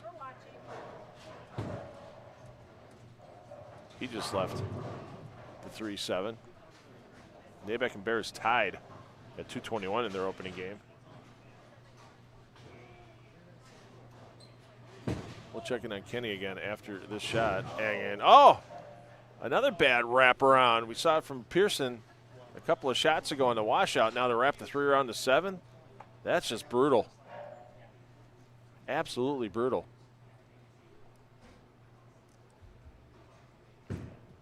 So Kenny looking for the front 4 as he's back in the game and now in the lead in that match against Schaeffel. Brinkman looking to get to that 184 number. That would give him an 18-pin advantage.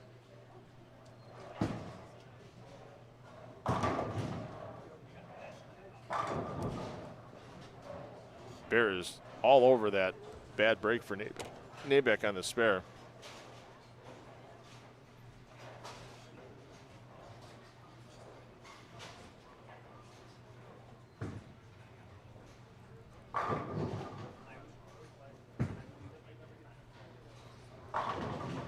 There you go, 184 for Brinkman.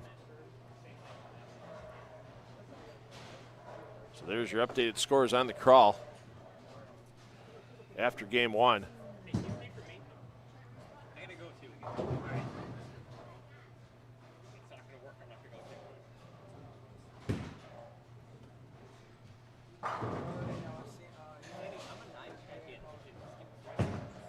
Andy Gross not rolling over after first frame open. 3-bagger, but Moss already with that 67-pin lead. Here's one you don't see very often on Berra, the old 7-8. Basically shoot at the 4-pin. 4-pin right in the middle of those two. And there you go. I do provide video coach. No, I don't provide video coaching. I used to coach.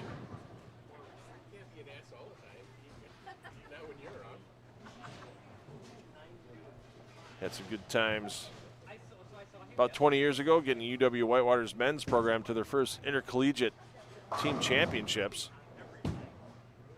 Kind of really put the kickstart into that program.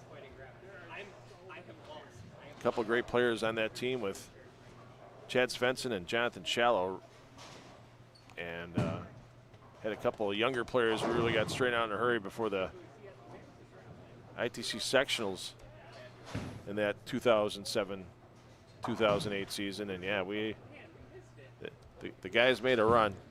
I can't take too much of the credit because the guys bowled phenomenally through that sectionals. Had a couple of teammates that faltered.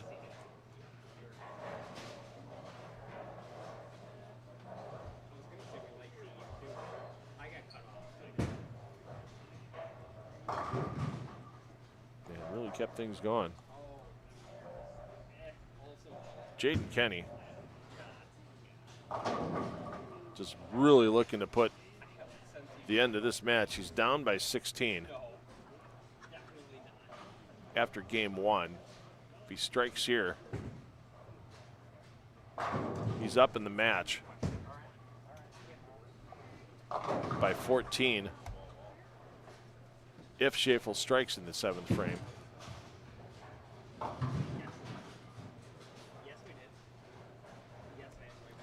You see Nabek, open frame again. Big lead now for Barris after that match was tied at 221. Schafel, 7 goes late, 10 goes late. Moss up by 67. Make it more than that. That was after game one. You can't quite give him the victory yet, but keep filling frames. As we said, don't go tying your shoelaces together and sledding in the parking lot. Pearson had the 2-10 combination the first frame on the long pair. Now the 3-10 combination on the short.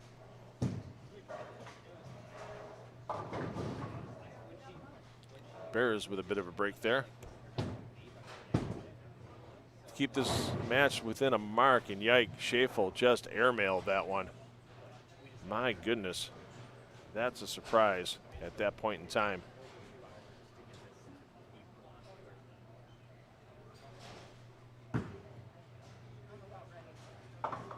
Oh, and Pearson doesn't get the break that Brinkman had in the 9th frame of game one. And Brinkman had the baby split and hit the outside of the 3-pin, left side of the 3-pin to send it into the 10. Schafel, is he going to get 3? Yes, he is, but he finds himself in a position to be shut out.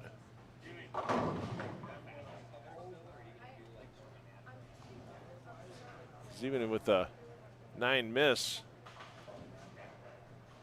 if Kenny can strike the next 2 balls, 9 miss in the 10th would be 267. 247 the maximum now for Schafel. Bears bounce back strike. Hey, Jimmy. Good to see Jimmy out there. He's been busting tail behind the bar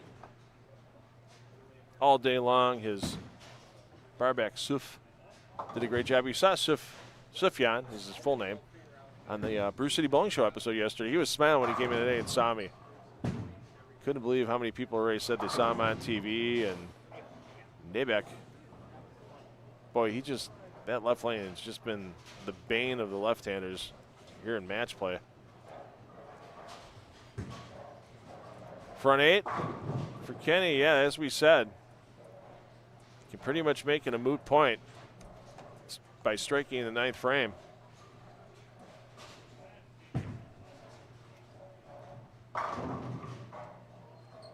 Maybe I can still get to 212. Problem is with that is that Barras can just spare and strike all the way. They're off the sheet for 217.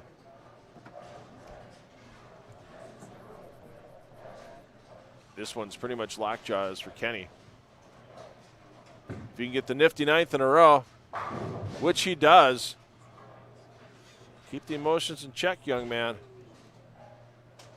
If your opponent strikes out, the last thing you want to do is go 5 through the face.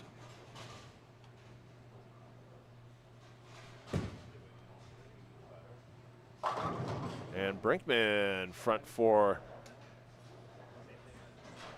Back to Schafel. I mean, it's mandatory strike mode. Gets that one. As we said, Barras just needs to keep filling frames. After his early struggles again for Nabeck in the game, he's the one that's got to do the strike stringing once again.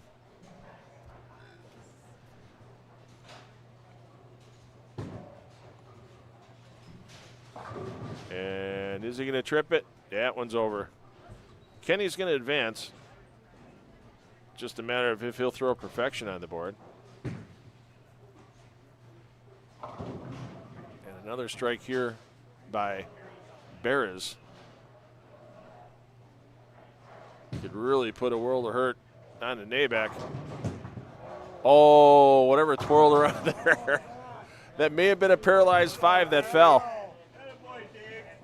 May have been a paralyzed 5. Let's check in on Moss here. Even though there's a 258 possible by Andy Gross, yeah, Moss just needed 190, so Moss will advance as well. Looking to make it back-to-back days with titles.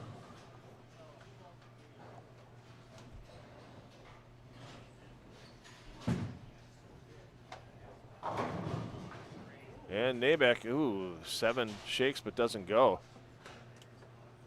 And here we go. Jayden Kenny, front 9. Proud dad. Proud stepdad, Chad Kloss behind, and there's number 10.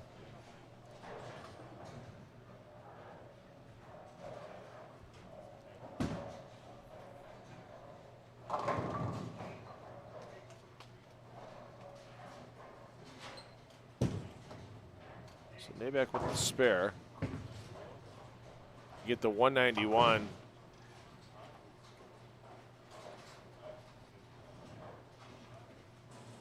Yeah, Barras just needs good count his next couple of frames. Number 11, saw 299 earlier out of his opponent, game 1 of qualifying, Dylan Schafel. Left the light 4-pin. And that's it for Nabeck.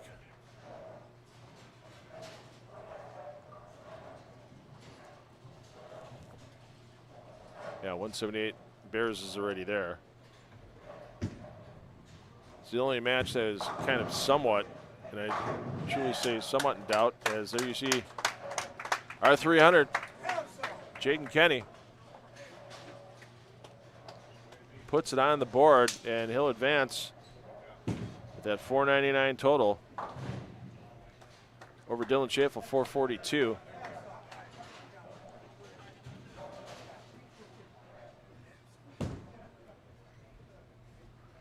Brinkman was up by 18 coming into this game.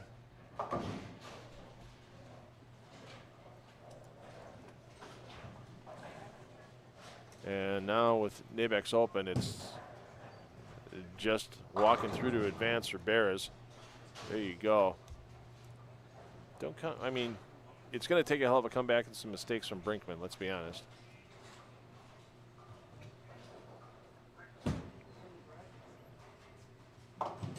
And no mistake there, dead on.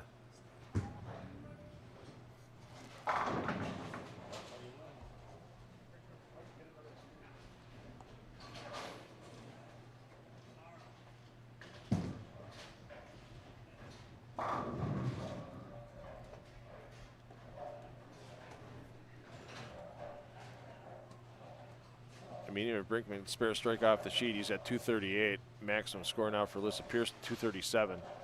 So yeah, it's mandatory strike mode. And yep, take 21 off of that, so she's now in the 2 teens for the max. Chad Moss, low advance, had the huge lead after game 1. So we know 3 of your advancers at this point. Jaden Kenny, Chad Moss, Dave Barras. The only match still in doubt, and not in much of doubt, if Brinkman can throw a couple more strikes in the 7th and 8th. It's the match between Alyssa Pearson and Steve Brinkman.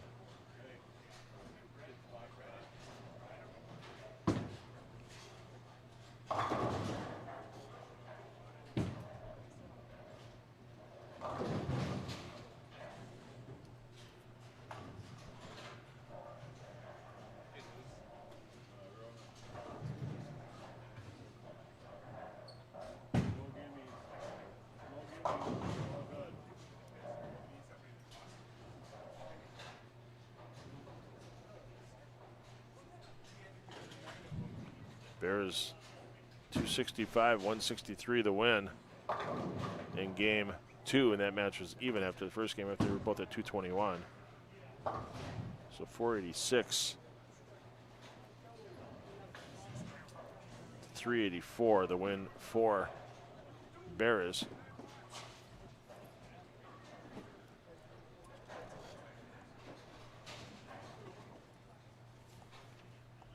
Moss takes the win 485, 417 over Andy Gross.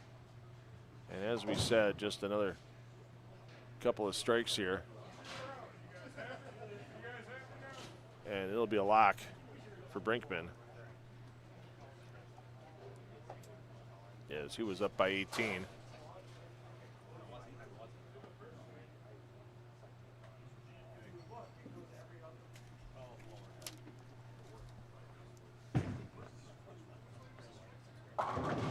Four goes, will the 9? Not this time.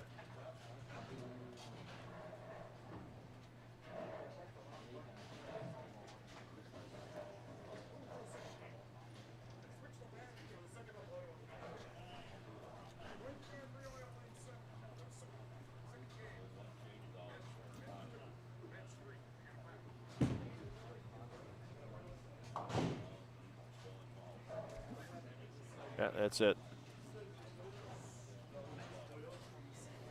Let's see, maximum for Alyssa Pearson, 206.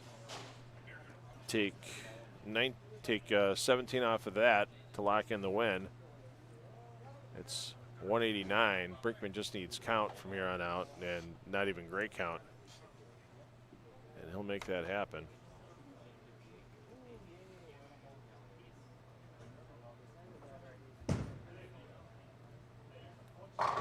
There you go. Pretty much over.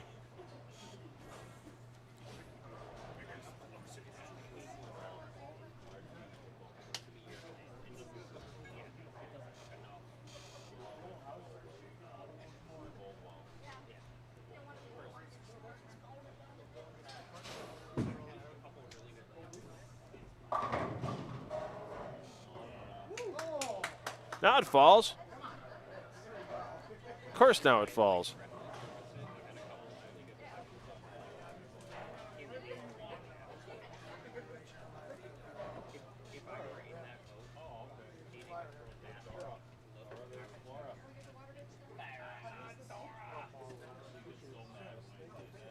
So here you go. We'll have the matchups determined momentarily.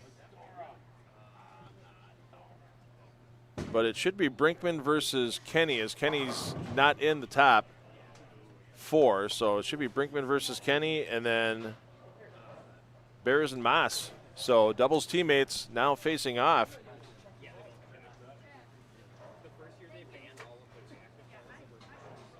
So once again, we'll get those lanes in play handled. Eric Pearson, Denise Pearson doing a great job running this event today at the 2026 Milwaukee Open, and we are getting closer to awarding the $7 first place prize, the Traveling Cup, and the victory bucket, the Champions Bucket from Holtz Motors. Thanks again to them for providing that to both of our champions this weekend. Also want to thank our live stream sponsors with the Bullpen Sports Pub and Grill, Get Loose in the Pen on National Avenue, New Berlin, and our host center today, Country Lanes Bowling Alley. Join the Bourbon Club. Have your fundraiser here. Country Lanes in Franklin. All right, we'll get the announcements made shortly once these two bowlers finish their 10th frames, and we'll be underway within a few minutes for that matchup. As we said, Brinkman and Kenny, Bears and Moss, your final 4.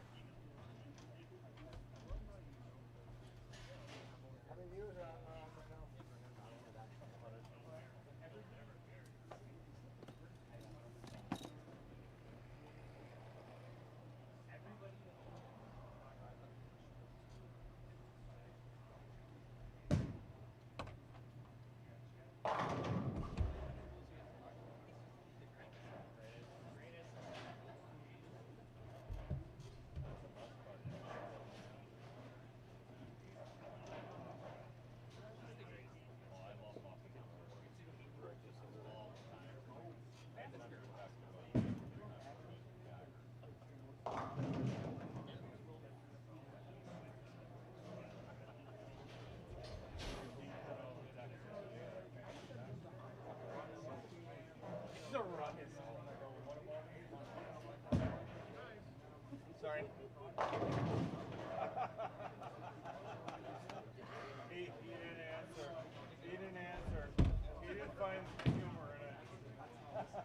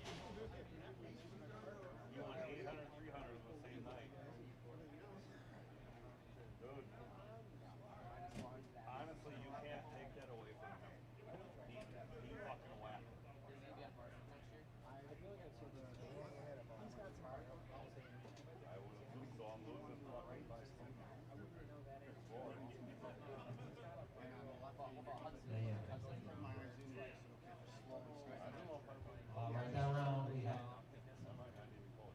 Kenny over Schaefer. What day 300 mean? Very nice. 499 to 442.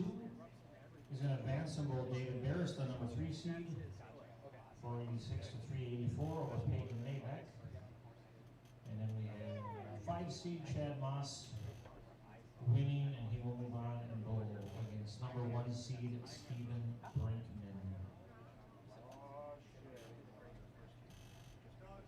Kenny and Barris on 3 and 4. Moss and Brinkman on 7 and 8.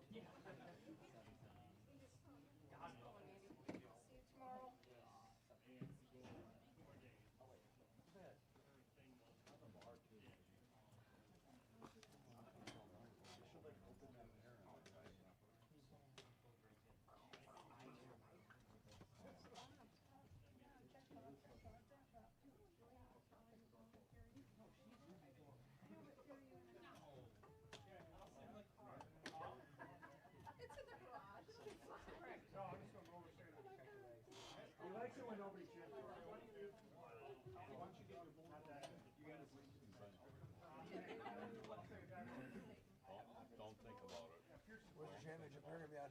No idea. Somebody, home bowlers have pulled on, or neither bowlers pulled on. That's up to Eric.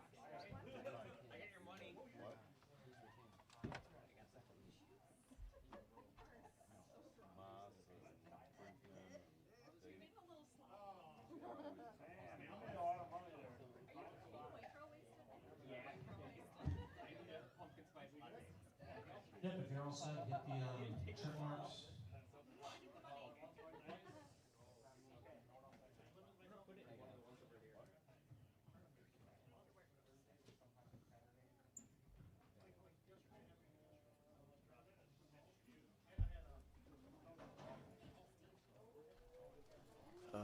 Taking a quick look in the chat. Hey, Matt and Nick, thanks everybody for chiming in. Yeah, Matt, you're okay. We're not FCC. As forgot who said it at one point in time in broadcasting, but they go. Everybody gets to say the F-bomb once in their career.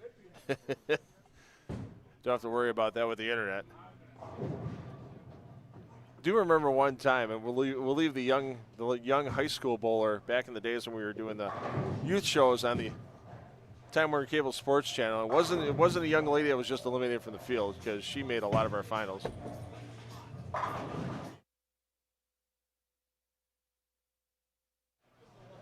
But one of our young ladies during high school, or during one of our youth events, Time Warner Cable Sports Channel, went to go to the replay camera, or from the foul line that shoots from the pins to the foul line, and she dropped the MRF or F-bomb. And it was the young lady I never would have expected that from. I'm just leaving it in there. Because obviously, you saw the mouth go. You saw the mouth move. We didn't have any audio on the replay, but yeah. You can say it once, but you can't say it any longer. It wasn't her, no. Denise didn't hear the first part of it. She was, it wasn't Alyssa, was it? I said, no. I said, it wasn't the young lady that was just eliminated from this event. I'm not going to say who it was, but it wasn't, yeah. Denise goes, yeah, she would have gotten that from me. Great bowling by Alyssa Pearson today. So for a young lady that doesn't get to bowl a lot of tournaments, she had a phenomenal showing. So here we go on 3 and 4. Moss and Brinkman, Bears and Kenny on 3 and 4. Moss and Brinkman on 7 and 8. So about 3 minutes of practice remaining until we get underway here. Bowlers eliminated in this round are going to receive $260, guaranteed $400 if you advance to the final. If you take the runner-up spot, $700 to our champion today.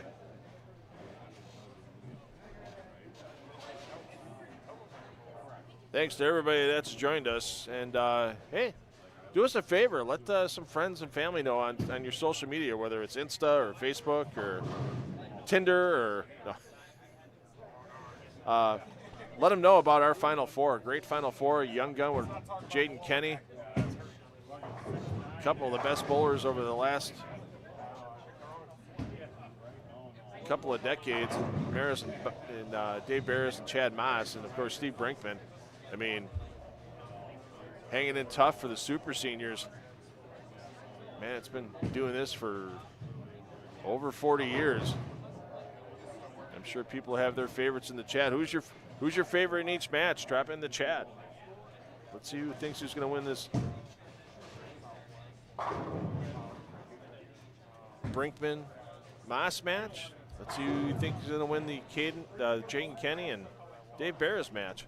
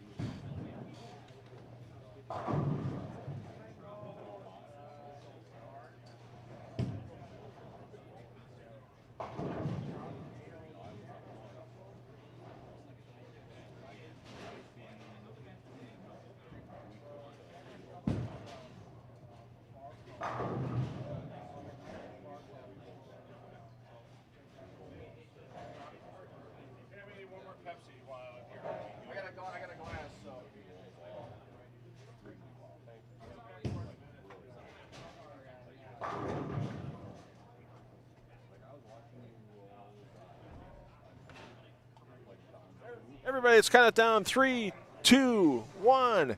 And all right, let's get underway here.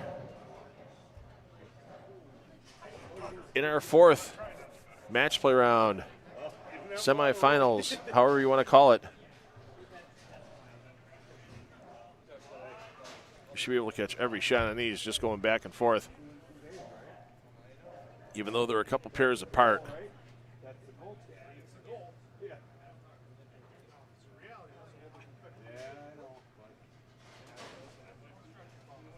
Bears will start things off.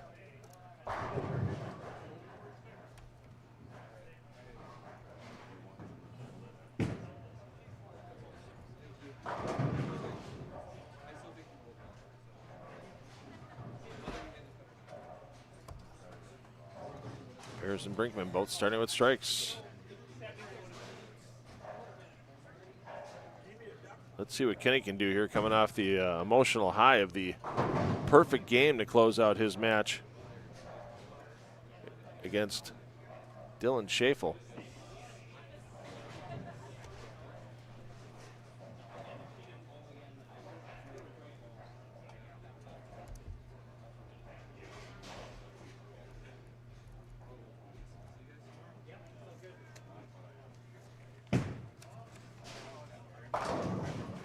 And Minas comes high in his first delivery.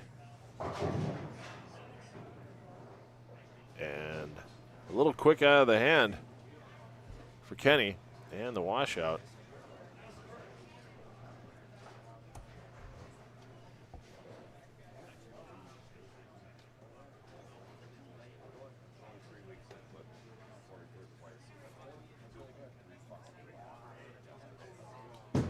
Moss fires at the 4-pin, got it. At the washout for Kenny, got it.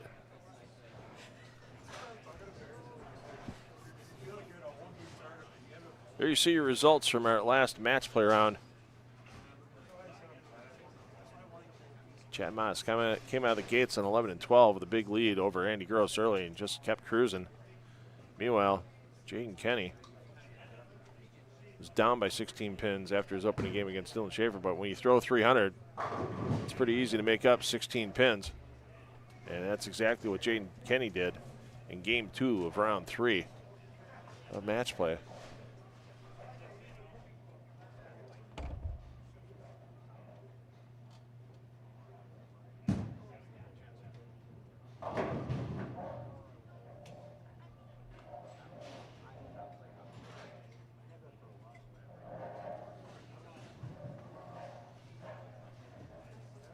Bears looking for the opening 3-bagger. Taking an early 20-pin advantage against his young opponent. I mean, that's one thing. I mean, if you're Jaden Kenny, I mean, you've seen your stepfather, Chad Kloss, bowl against Dave Bears in many a competition all around Wisconsin and into northern Illinois or wherever else they may have ended up trying to beat each other's skulls in on the lanes. Oh, Matt Duty, that's a question you know that needs no answer.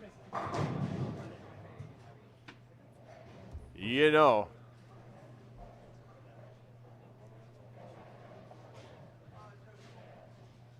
There's only been a couple instances of him talking to his wrist over the last half hour or so. I think he's maybe watched 8 frames of bowling in the last minute or two in his own brain. And once again, Kenny just giving it a little extra on the bottom with the ball speed. And that long pattern still holding up pretty well. I mean, you got to remember these players that were on B squad today, like Brinkman, like Kenny, like Beres, you know, they were 7 or 8 on a pair during their qualifying block. There's 35 players.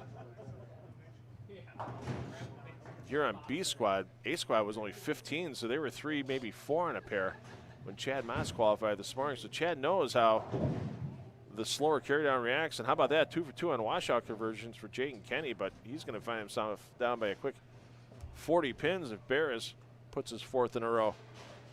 on the board.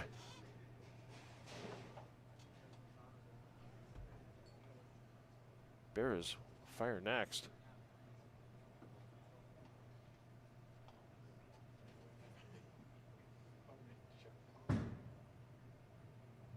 And yeah, you see that one. Dave not happy. That just looked a hair fitted. A touch slow. And almost backdoor that 3-pin. Something came out of the pit, hit the 10. And almost a huge break there for Moss. Instead, he's going to find himself down by 9 pins or so. Conversion, great cover there by Bears. I mean, you think 6-9-10, you look and go, okay, just hit the 6-pin. We've seen right-handers that throw it direct, chop the 6 off the 9. And of course, if you hook into it a bit, you can chop the 6 off the 10 as well. No problem with that cover for Chad Moss.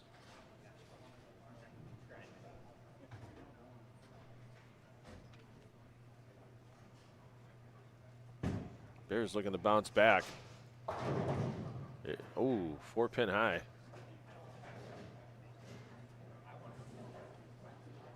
Moss adjusting some tape.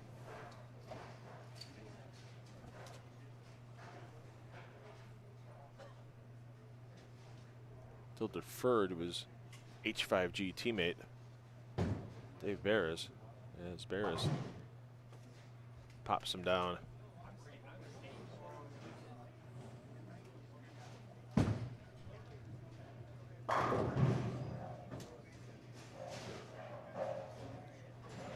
Moss, 8 games of qualifying, 4 games catcher's round, 2 step-ladder games yesterday, 14 games. 4 qualifying round games today, 4 more since he had the first round bye to this point. If he wins the championship, he'll have 16 games today to go with his 14 games yesterday. Or if he gets to the championship match, let's say, it's still, I mean, 30 games in 2 days.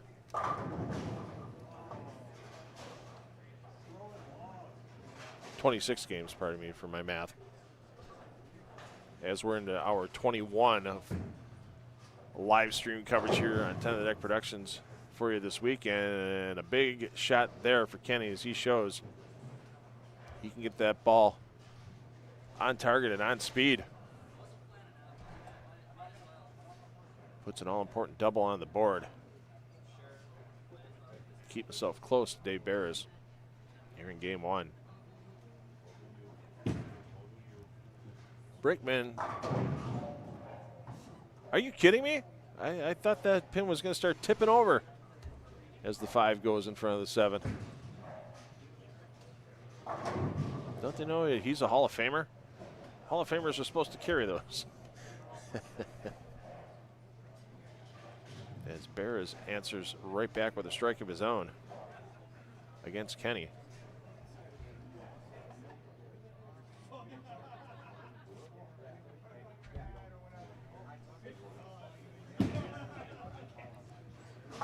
So Brinkman early lead against Moss. Once again, these matches, 2-game total pin.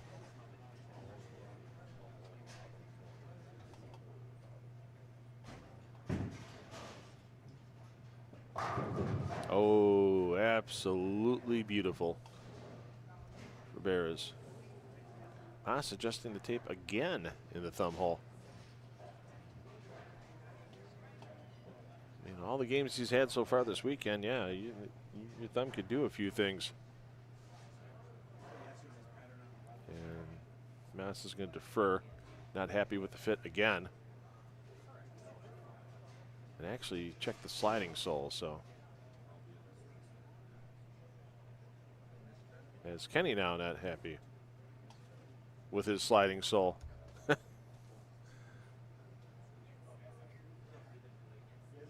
So nobody's been tracking anything from the outside in here all day. Guarantee you. Parking lot in tip-top shape here at Country Lanes. And they were out here bright and early this morning with the vacuums and the mops, making sure the carpet and floor were all great for these bowlers. And how about that for Kenny. You get a fight going, the goalie's got to go.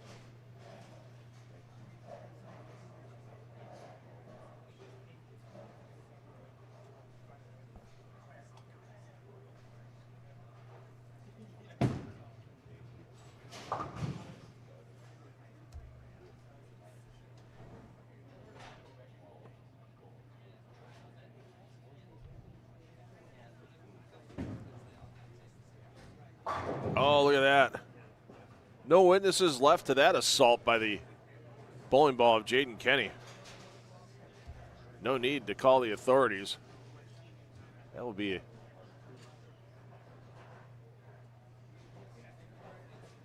just put a toe tag on that 10-pin.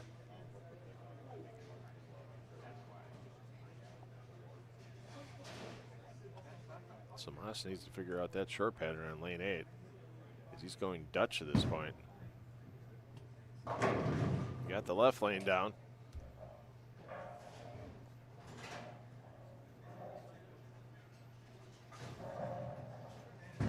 Bears here. Looking to stay ahead. Does so.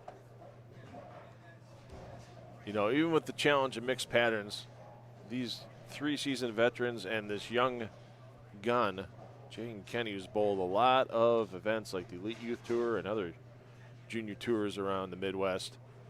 They've experienced patterns like this before, and they have the mental fortitude to make those physical and mental adjustments going back and forth left and right lane to put up some successful scores.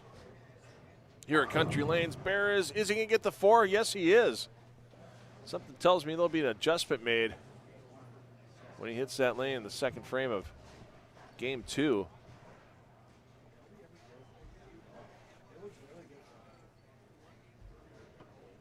Now 8-pin advantage with the spare for Brinkman. We've seen some high scores on 3 and 4 earlier. We saw that great battle that knocked Jaden's stepfather, Chad Kloss, out against Scott Schultz, 471, 448. A great comeback from 62 down. After game 1 for Schultz, when he ran the front 7 and kept it clean the rest of the way.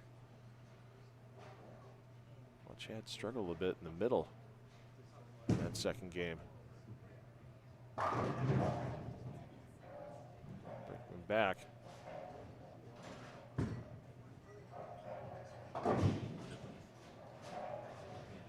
Just keep it together, Jaden. You still got another game to go if you're down by a few pins at the end of this game.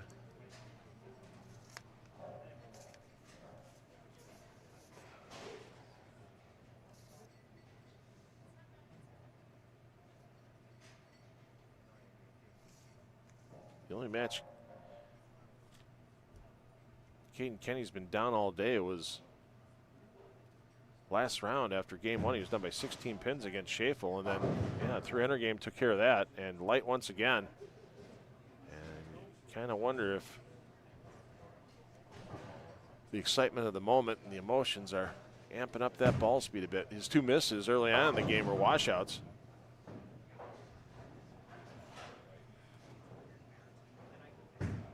And with these flatter patterns, you get a little quick out of the hand, and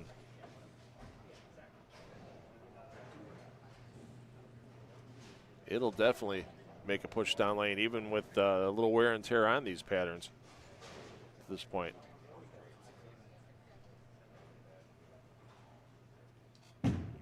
What will Chad Moss do to figure out the short pattern, lane 8?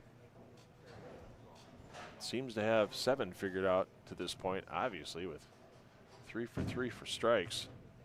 228 for Kenny.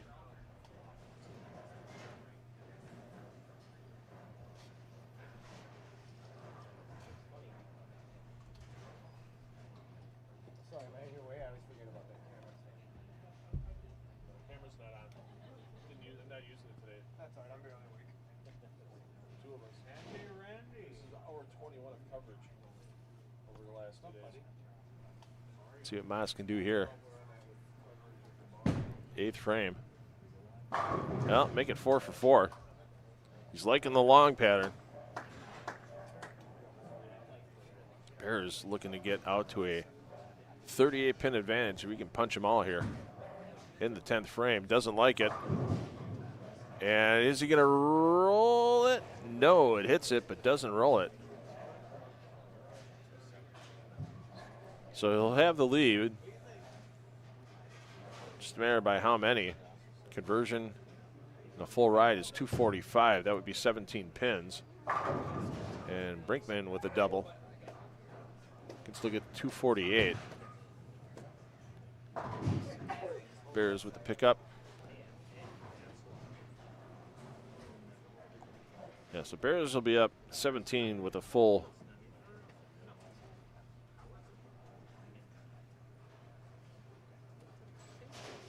Punch shot in the 10th. Brinkman defers.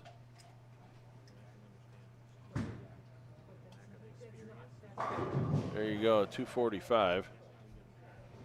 17 pins the advantage. 4.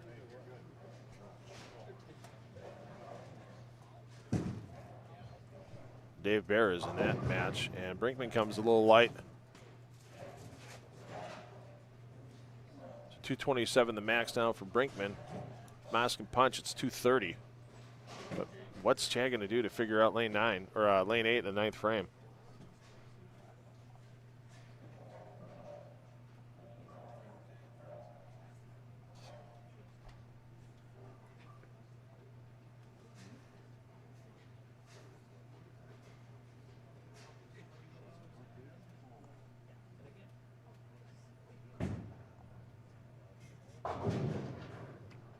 Wow, Kenny stepped up before I thought he was going to go and opens with a split. We'll get over there momentarily. Oh, no. And Brinkman, you saw the tilt left with his foot.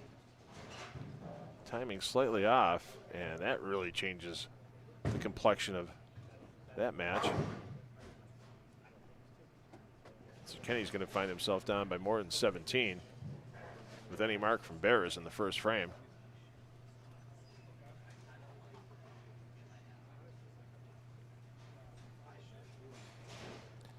Something tells me with this shot, Moss is going to pipe it a little left from where he's been. And he does. And he carries. And he should smile at that shot because he made the exact right move in the situation. There you go, Dave Bears. You don't leave it open against a seasoned veteran.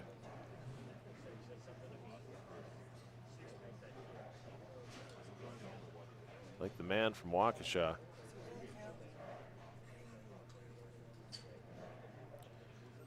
Teammates talking it over. Dave defers to Chad. Chad steps up, looking for 230 in the 10th frame. If he strikes out, it's a minimum of a 15-pin advantage against Steve Brinkman.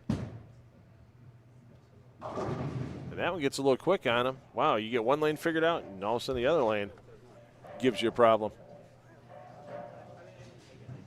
Of course, if you talk to Chad, the way he looked on the way back, he gave himself that problem with an errant shot. Oh. Early double. I mean, so many times you put Dave Bears in that situation, he can just step on the accelerator after an open. And he just does it. How about a pop? No bounce. 196 for Moss. So any mark here leaves Brinkman in the driver's seat. As Kenny wasting no time stepping up. Striking again. He likes to keep his pace of play quick.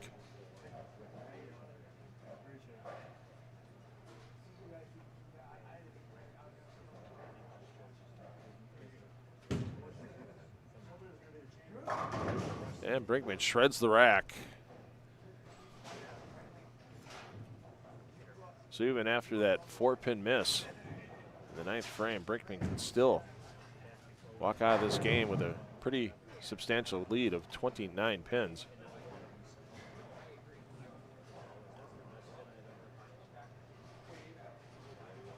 Pardon me, 19 pins. 215 is his maximum.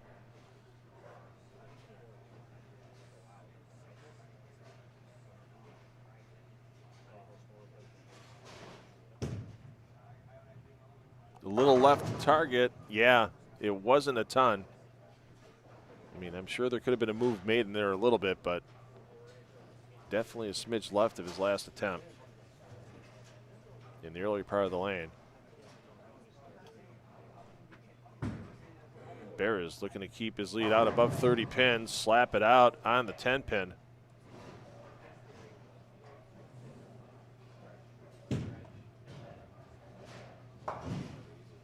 There we go, 205, 196.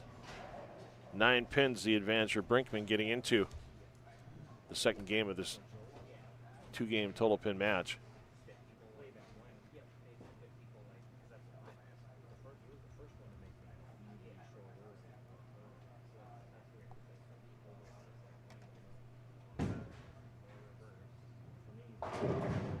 Oh, and Bears with the trip.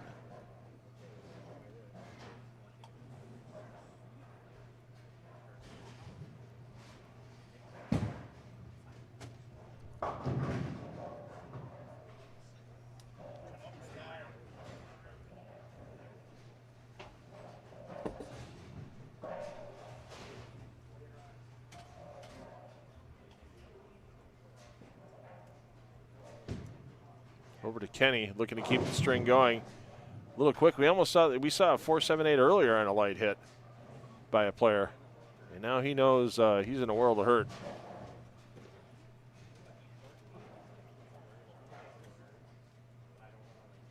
How about the slide? Yes, indeed. Great cover on the 3-4-7. Yeah, take that bow, Chad Mosh. You deserve it. And great sportsmanship there by Steve Brinkman, because that is not an easy conversion at all.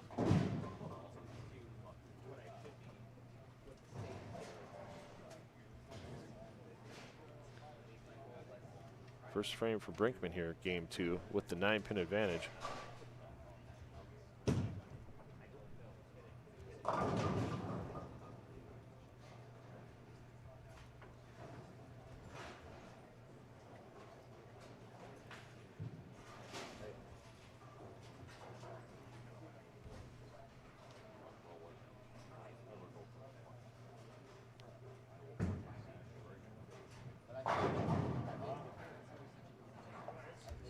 He's going to need a few more of those to get back in contention this game, because I just do not see Dave Bears letting up. Might be a corner pin here or there for Bears.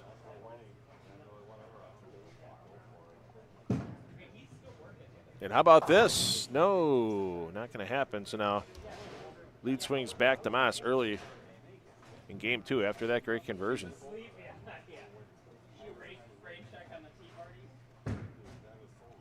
For 5 in a row? Nope. Maybe split.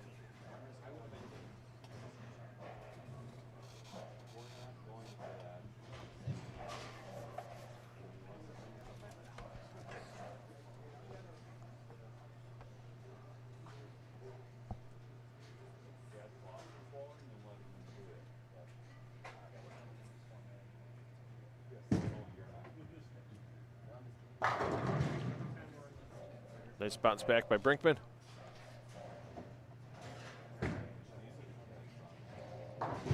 Ooh, I thought that ball was going to get a little more skate on it. That's going to bring Kenny a little closer. But Kenny's going to need to double take advantage of that. Get back to the original deficit of this game of 17 pins. Strike here, and it's a 2-pin advantage for Moss in the match. He lost game 1 by 9. There you go. Well, couldn't strike on lane 8 in game 1 until the 9th frame. Had no problem on lane 7.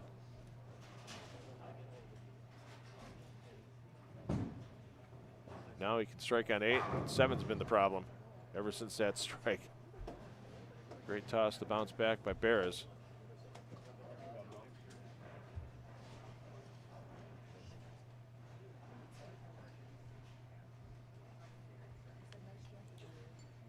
Let's see. Moss defers to Kenny.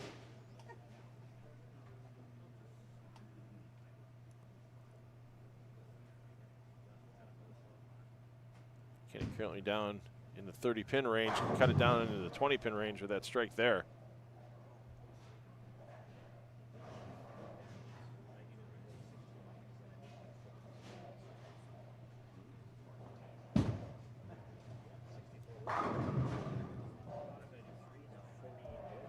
Keeps the lead, even if Brinkman strikes in the third.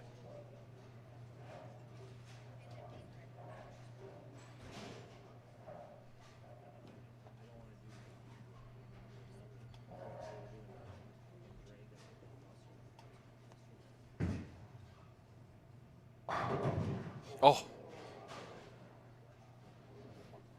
You just heard the collective air get sucked out of the building here at Countrylands on that stone 8-pin. Brinkman gets them all to go. Oh. Everybody took a hit to the solar plexus when they saw that. I don't care if you were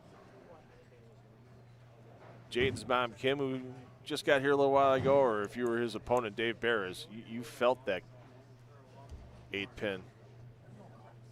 And you just kind of go, speed, rev rate, how? It happens in this game.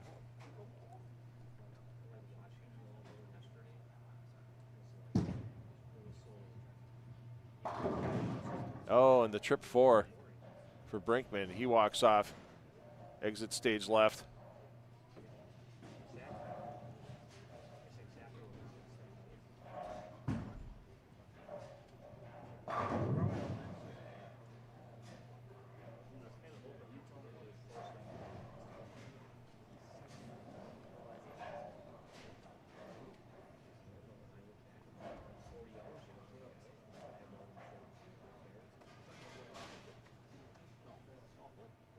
Bears with a huge double there, trying to keep Jaden Kenny as rearview mirror. But boy, that's stone 8. When you were already down by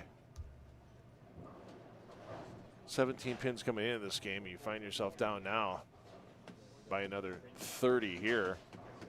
Make it 40 with a extension of the string by Barras.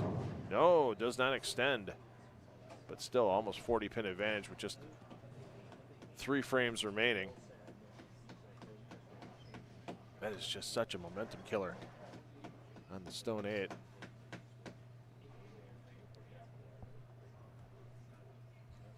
Moss defers to Barras.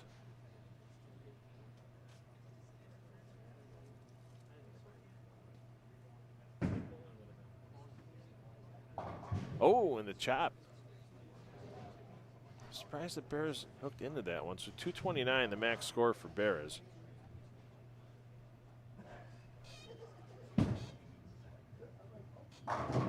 As Moss can't get the 6 to do the job on the 10.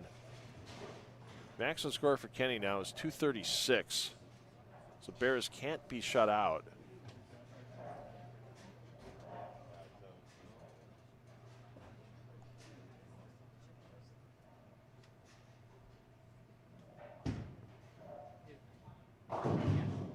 Oh, a little quick.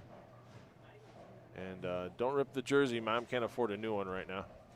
It's just after Christmas. You got to pay those Christmas bills. Good cover there by Moss.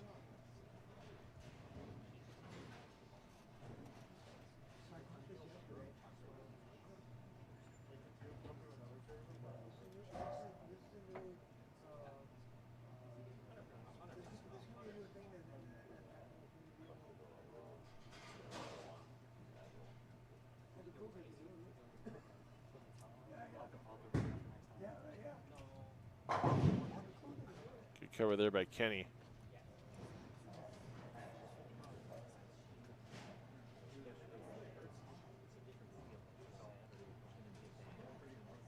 So 223 the maximum for Kenny.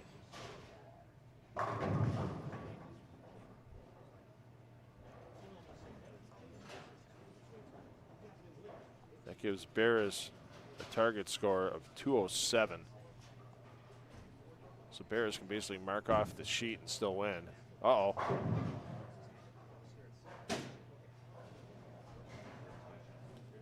Just the pressure of the situation, I think, got to the young man right there. Knows he had to strike to have any chance.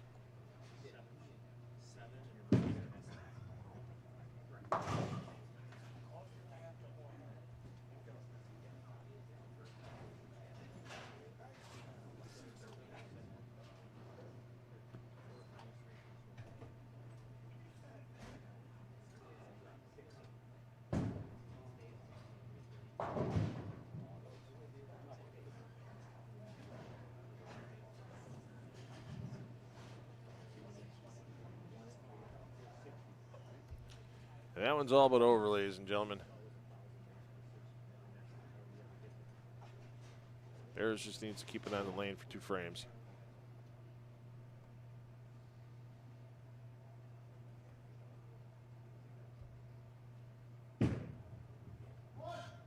Brinkman, you heard it there, push, and he's lucky to get 8.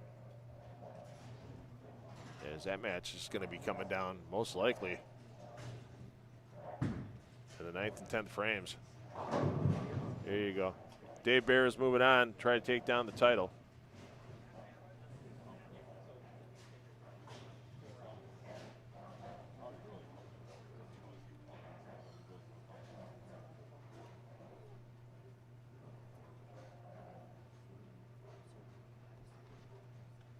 Good cover there by Brinkman. Jake Kenny, good day, $260 going home with him. Whoever was eliminated in the Moss-Brinkman match will also take home $260. Runner-up today, $400. First place, $700, along with the Traveling Cup and from Holtz Motors, the Champions Bucket, full of Adams polishes, car care products. Thanks again to our friends at Holtz Motors. Highway 100 Janesville Road, Hales Corners, 110 years of great sales and service. Ready for you, and Moss looking to take a 14-pin advantage if he can pile onto that strike. In the 7th frame, Moss's maximum score, 269.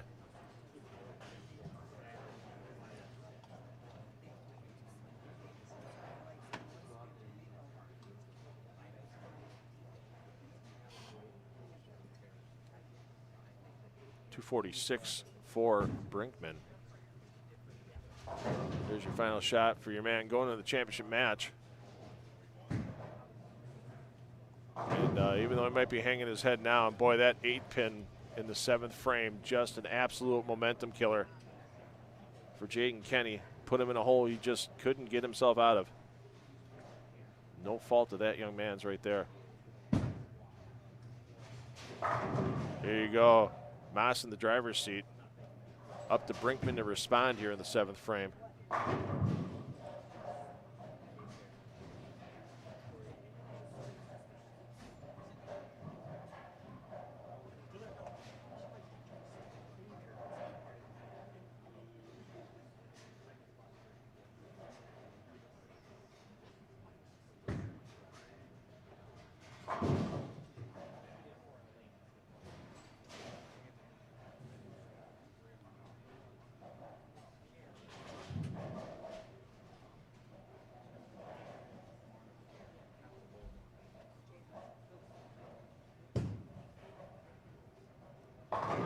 Brinkman answers. Brinkman's going to need some help from his opponent. Once again, 9 pins was the advantage after game 1 for Steve Brinkman. That advantage disappeared in the 1st frame, and Chad Moss has not let Brinkman get it back. Difference right now is that spare in the 6th frame against Moss's strike in the 6th.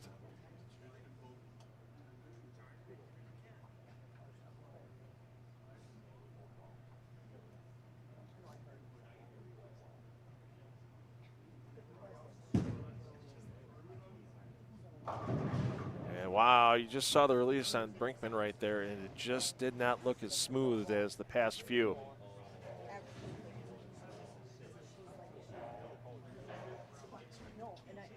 And the chum's been thrown in the water. And the Moss Shark is starting the circle.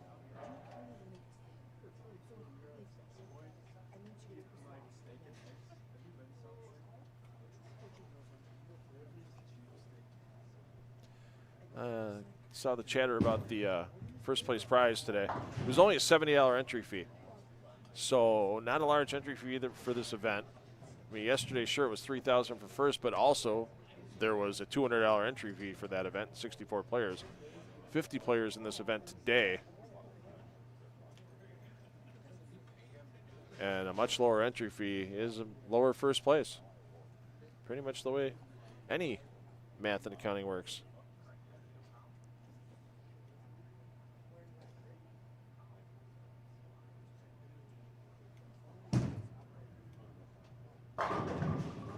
Watch that 6 just do the job on the 10. That's why you see so many players nowadays making sure they can keep that ball speed going, because slower ball speeds are going to let that 6-pin fall in the flat gutter and not hit anything. On a half pocket hit, where that one there for Bears, or for Moss, pardon me, just absolutely exploded. So 214 is the maximum for Brinkman, which means Moss needs 224 to assure victory. Strike here pretty much makes that happen. Out of the hand nicely. Just clutch. And for the second time in 2 days, Chad Moss is going to be bowling for a title here on a 10 of the Deck live stream.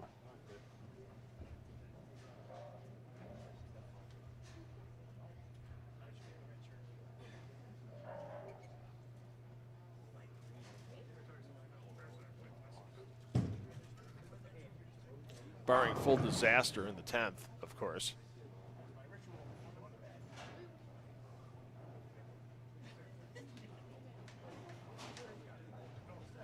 As we said, target score 224 for Moss, because that would exceed Brinkman's max score of 214 by 10 pins.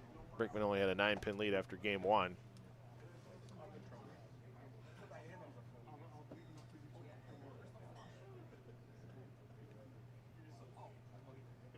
Yeah, just good count for Moss on the first ball. If Brinkman strikes out, there's one.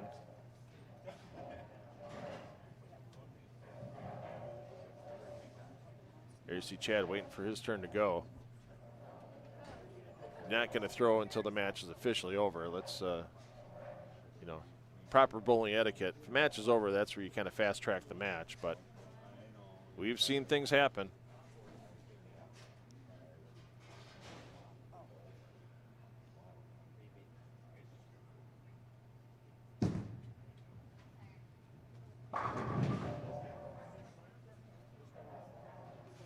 Okay, Brinkman concedes. So here we go, coming up next, championship match. Solid head pin. Hey, I want to see that again. Dave Bears, Chad Moss. Battling for the title. Great run today by Brinkman and Jaden Kenny. Both taking home $260. We'll find out what pair they're bowling on. We'll get some cameras in position. And we'll be ready for that championship match shortly.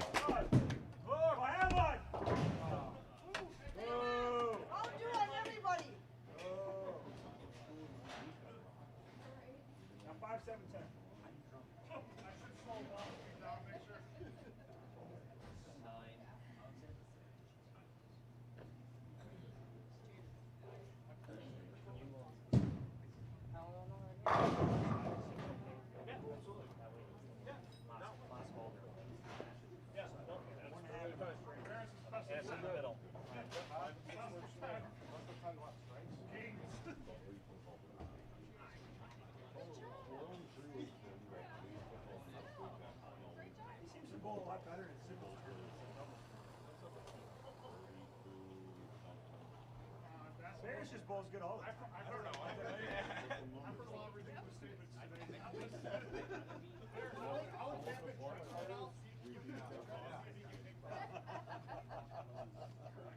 So we are a good one. You go on the left lane, I'm on the right. Boom! Oh, let's go! I'll go!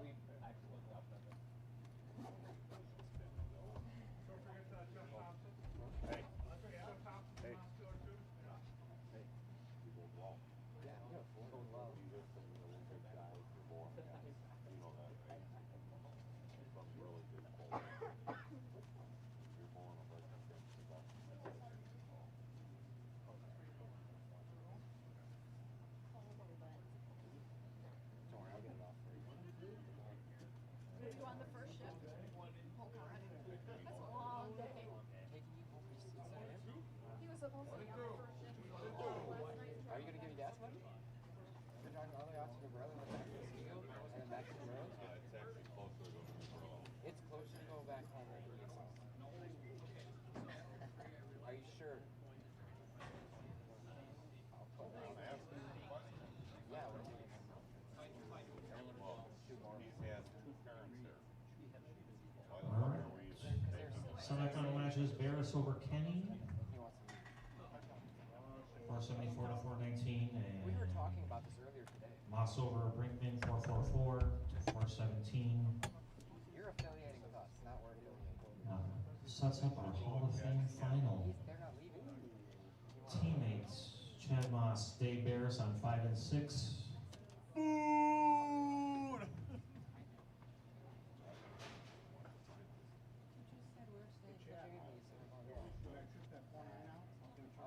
I know we all Martin, so I'm gonna go with, Yeah, we have to sleep for so long. Yeah, I gotta get up at 4 a.m. Exactly. We gotta So I'm gonna go with, What's that? Sure. Gamble.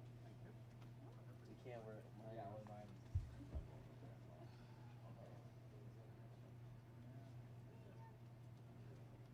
you want this back or do I get this?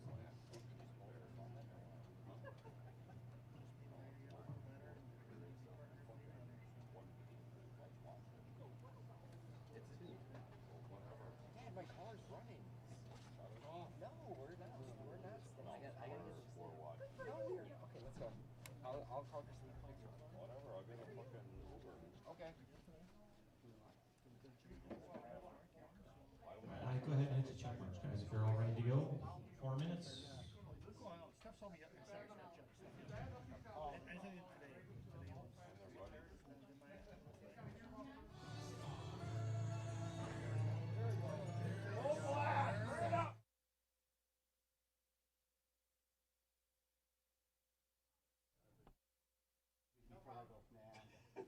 Yeah, exactly. Before you say, man, You gotta put your pictures in. no. Where's the pay from yesterday? Watch the final?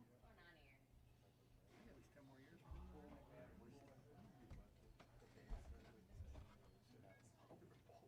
All right, some shadow balls to these players will be underway momentarily.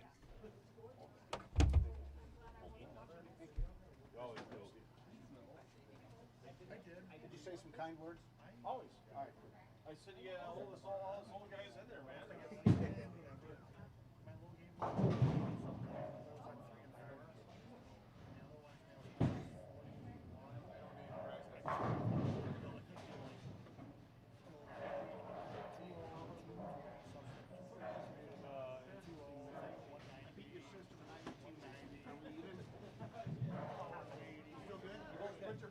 3 and 4.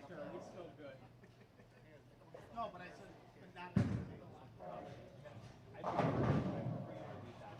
prefer to beat them. But she can't afford to get to see her on the table. That kind of, I see her more often. We both league together. I got $100 on that.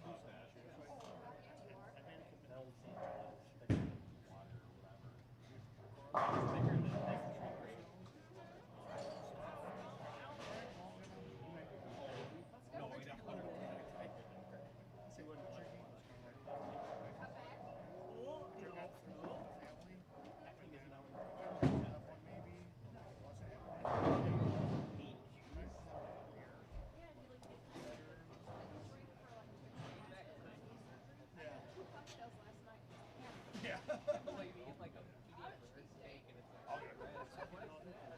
Yeah, right? No, 'cause they drain the blood. Something like that, not something else. I don't know about that.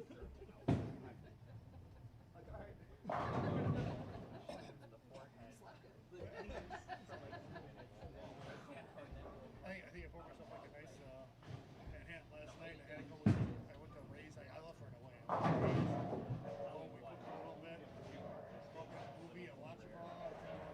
They had drinks like that.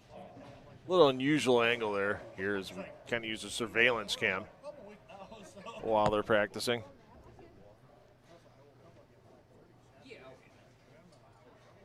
As here you see Dave Bears.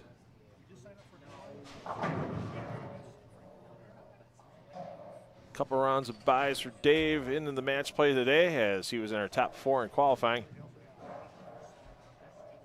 Chad Moss, 5 seed, got 1 bye in qualifying. We'll give you their match play records as they get ready to start their match. Thanks to everybody for joining us here on a Sunday evening from Country Lanes in Franklin.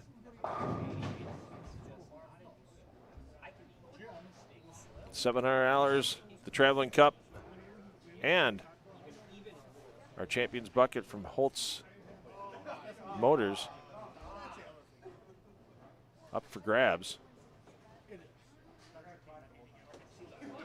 And we'll be underway momentarily with our championship match.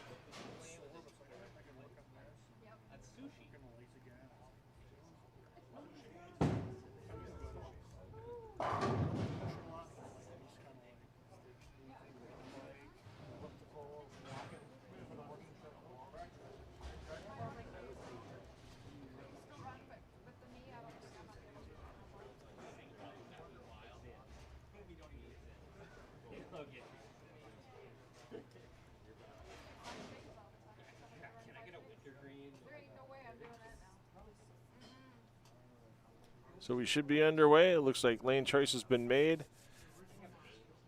With Bears as a higher seed, he's going to force Chad Moss to finish game 2 last.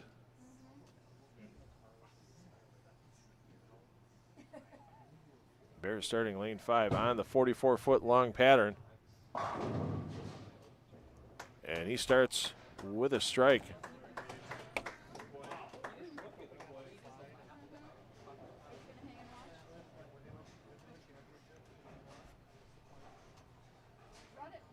Appreciate everybody dropping the thanks for the stream in the chat. A couple of establishments you should stop by and thank in person for sponsoring the live stream today from Country Lanes. Bullpen Sports Pub and Grill on National Avenue in New Berlin. Get loose in the pen, the Bullpen Sports Pub and Grill. As Moss matches the early strike of Bears.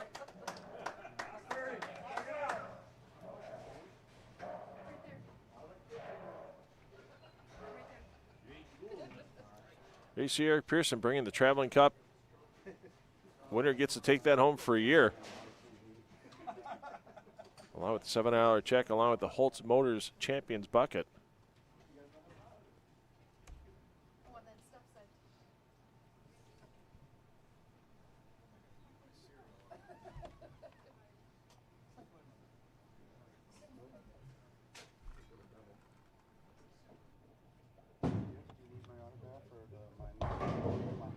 Ooh, solid 9 on the long pattern for Moss. And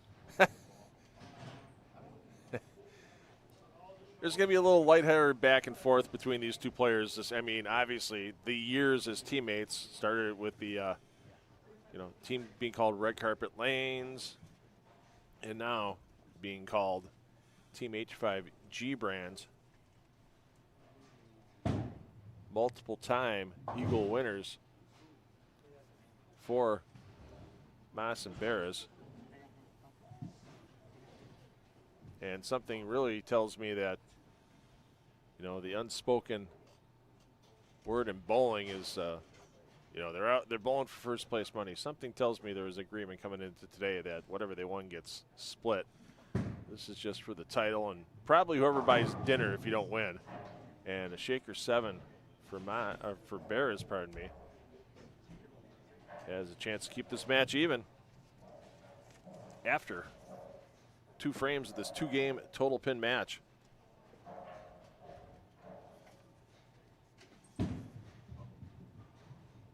Oh, and Bears with the miss. Yikes. We saw Brinkman miss a single pin against Moss, that same 4-pin. A little earlier, helped Moss get into this championship match. And now Bears with the early error to put him down by a dozen sticks.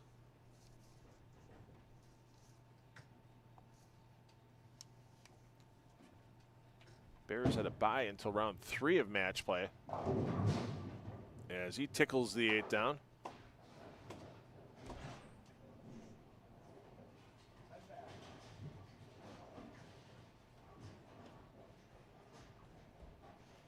He defeated Peyton Naback 486 to 384 in that round of 8, and then in the semifinal round, that 8-pin for Jaden Kenny late in game 2.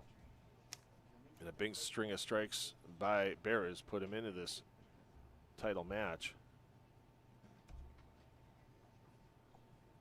Meanwhile, Moss had 1 extra round to bowl. He had a 1-round bye. Took out Scott Schultz without too much of a problem in the round of 12. Another 9-pin. Then in the round of 8, Moss, a big 258 start, took out Andy Gross 485 to 417. And that battle with Moss and Brinkman. Moss with a big run towards the end, and then an errant shot by Steve Brinkman on a 4-pin pretty much sealed the deal for Moss to advance.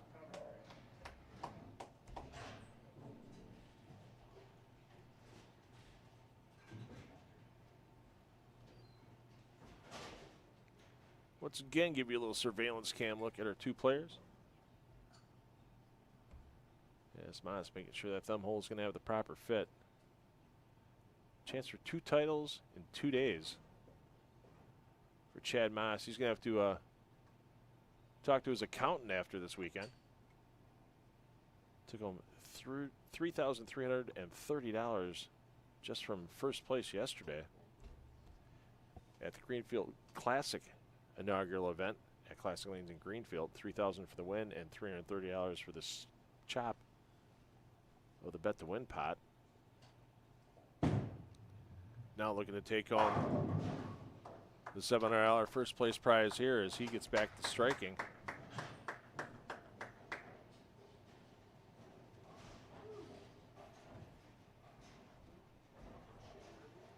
I love that jersey on Bears, that Team H5G Mardi Gras jersey. It's got to be close to Fat Tuesday.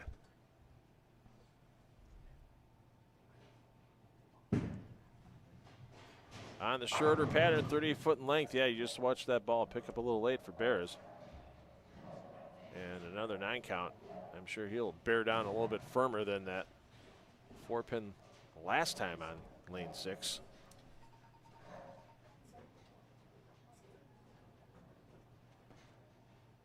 Kevin and Meyer, I knew you were watching. Yeah, but you gave us the shameless plug on the monitors.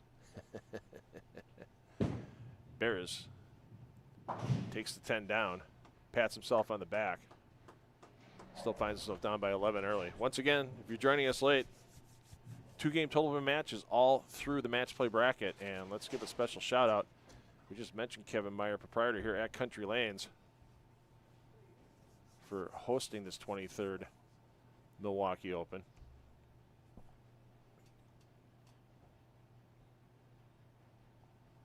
Great place to have a fundraiser. I know he's got a few of them coming up. Spots are starting to fill up. But you can have fundraisers year-round for your nonprofit, and not going to trip the 4 for Bears. You see a little frustration coming in. The joking around that was happening a few minutes ago kind of gone away after a rash of single pins. here early on in game 1. So looking forward to punching another hole in my Bourbon Club card tomorrow, Kevin. Appreciate everything you and Leanne do for the sport of bowling here in Milwaukee and for a lot of nonprofit groups as well. I know your big ones, Down Syndrome Awareness Wisconsin, but with all the benefits you give other nonprofits that come here to fundraise, it's an awesome thing, and the bowling world appreciates it. There you see Mas stepping up on the approach. Looking to put a double on the board. First double of this championship match if it happens. There you go, 6 on the 10. And take that lead out to 21 currently for Chad Mas.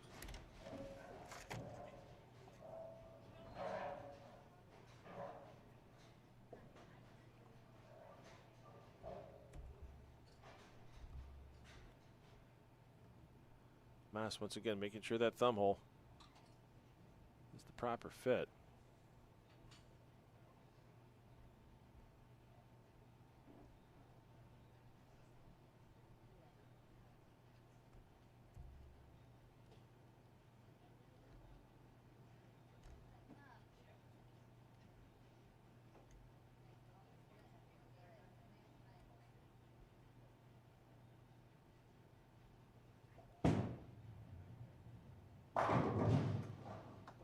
Three in a row.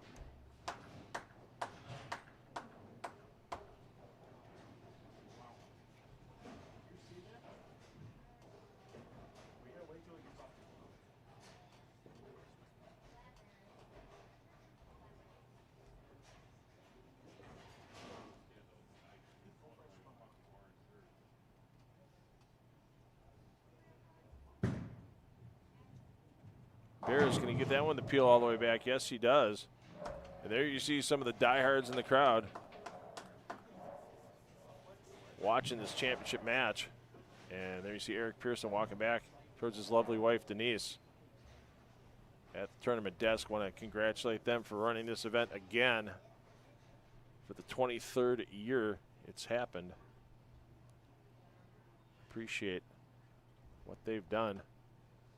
Keep this tournament rolling.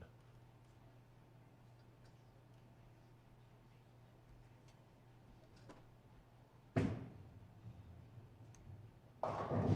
that one creeps high. And there you see Bears backing off the approach, thinking, what do I got to do here? Just watch my opponent put up 3 in a row. Not like he's ever seen Chad Mas put up 3 in a row before. He just likes it more when they're actually partners instead of opponents.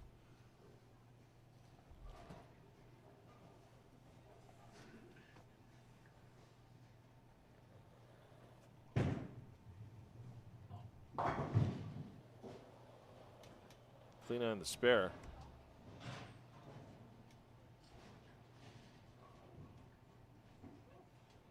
Let's give you that peek at the scoreboard again. Maximum score for Bear is 217.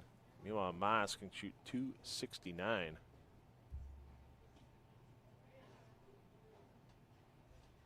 Give you a nice over the shoulder look.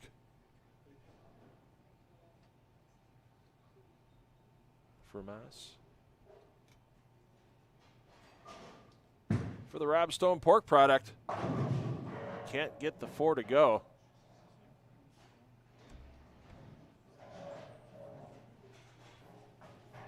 And that was just not happy with the release. You could see Chad's body language on the way back. Checking that thumb hole.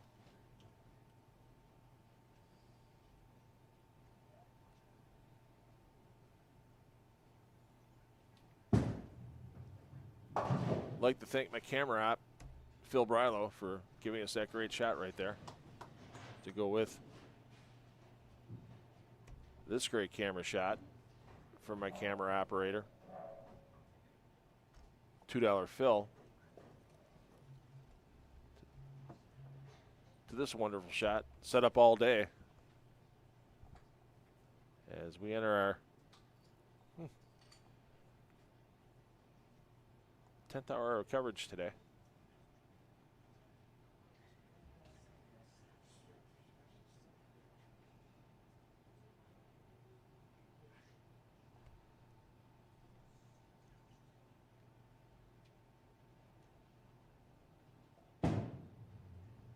What do you think, Mr. Moss? I think you're going to like it.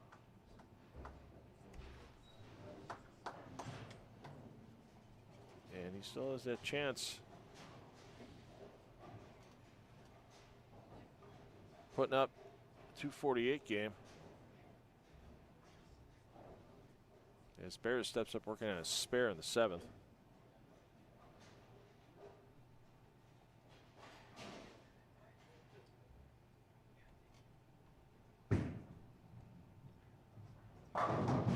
There you go. Bears takes it down. Chad once again making sure that thumb hole's a good fit.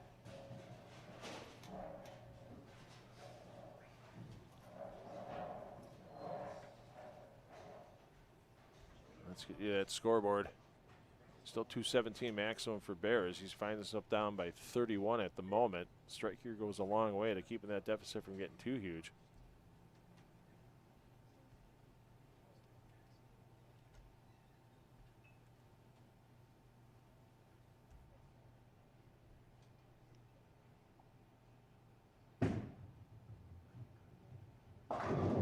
Trip of 4 out. Help a man out. Trip of 4.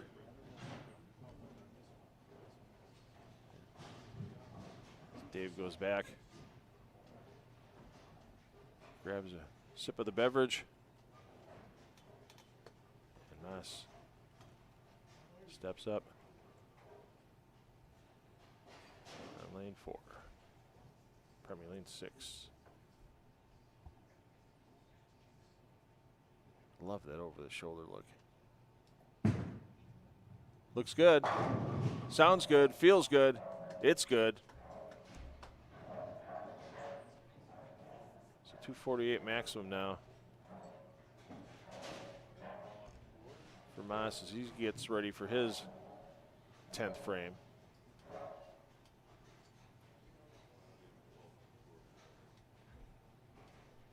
Once again, that 44-foot pattern on the left lane, he's going to be stepping up on. 38-foot pattern on the right.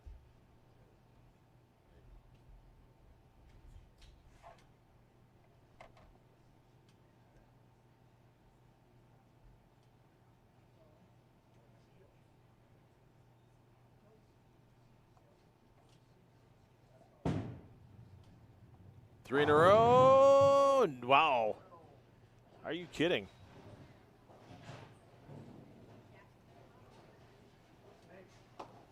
Are you kidding? We saw a momentum shift for Bears late in game 2 with a stone 8 by Jayden Kenny. This is another momentum shift.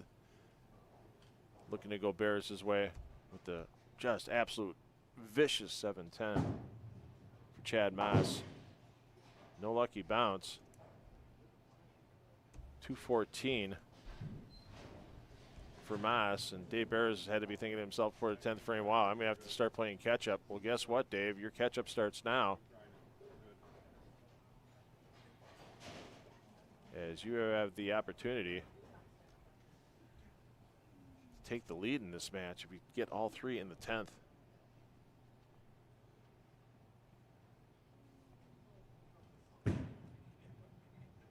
First one, a little light, and he's lucky to get the 8 out. So that's going to take the maximum score below 200.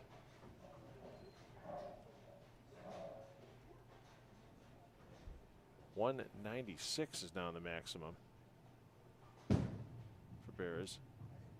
Doesn't let that single pin get away.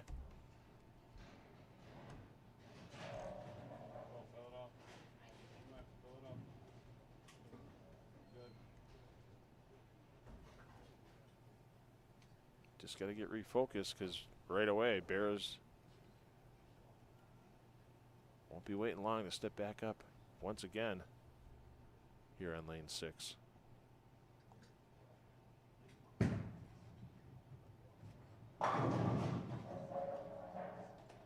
Gets to go. There's your 196 for Bears. Chad Mass will start the second game. There's your scoreboard. 18 pins the advantage for Mass.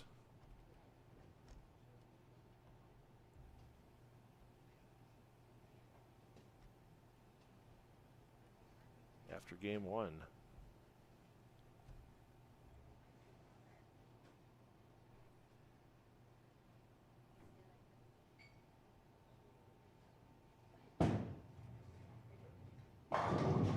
And Mass, as we said, looking to really make his accountant work after the weekend. Took down the title at the Greenfield Classic yesterday, $3,330 between the split of the Bet You Win pot and the $3,000 for first place.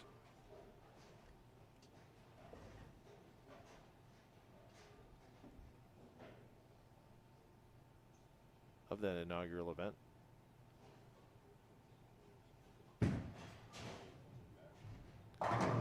Bears matches the opening strike.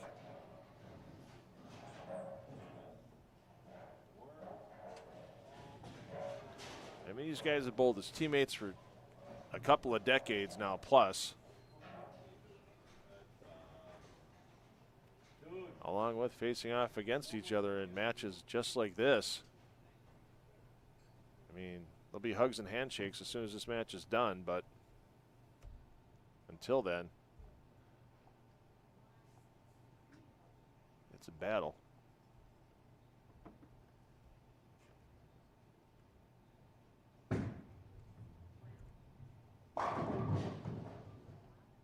You can't get the 10 to go.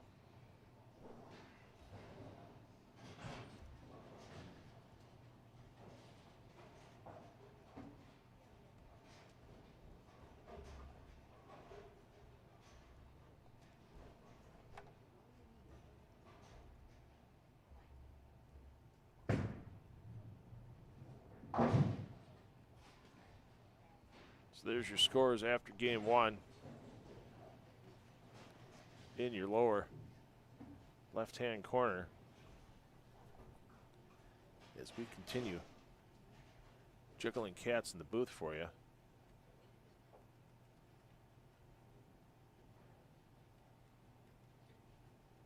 "14 games yesterday. This is Chad's 12th game today." Please, somebody dare to say bowlers aren't athletes.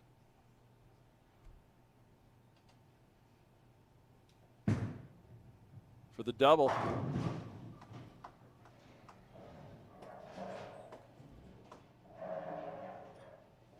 Take that lead out by another 10 pins. Can make it 20 here and 38 overall. With another strike here in the third frame.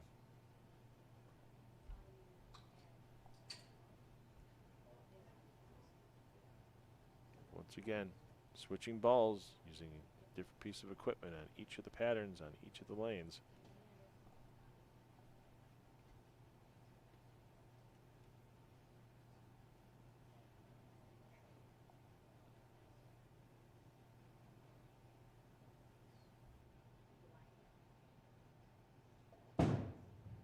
How about it? Oh, 3 in a row. 38 pins the overall advantage there, and Bears knows he's got his work cut out for him.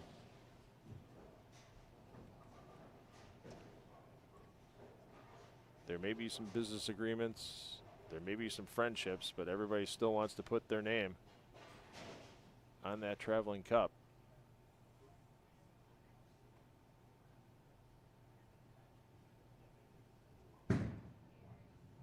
How about it? Peel off. Wrap 10. My goodness. At a fully inopportune time.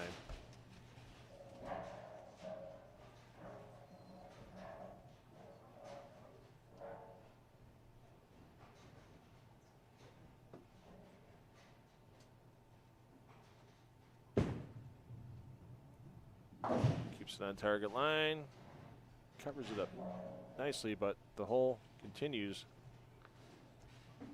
to increase inside for Bears, as you see there. The Red Baron taking down that spare.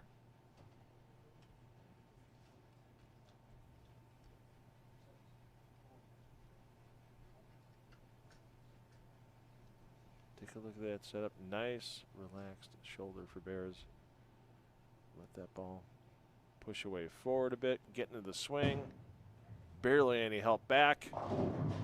It needs some help to roll it two, and it doesn't happen. And this championship match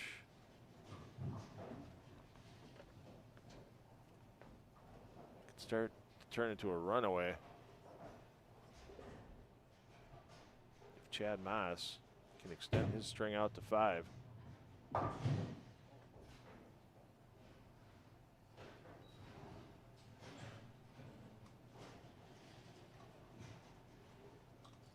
Screw that grip in.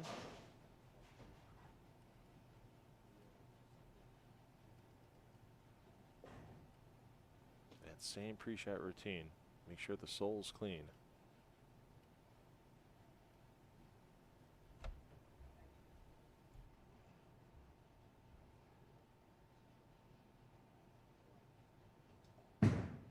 Four in a row. Yes, a little high. 4 and 7 go, but Chad's got his angles working for him right now.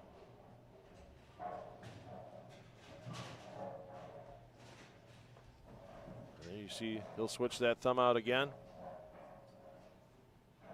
And speaking of angles, on that angled road, National Avenue, New Berlin, the Bullpen Sports Pub and Grill, one of our sponsors of the live stream coverage for you all day long. Get loose in the pen, go check them out as soon as you can. I'll be checking them out tomorrow for sure.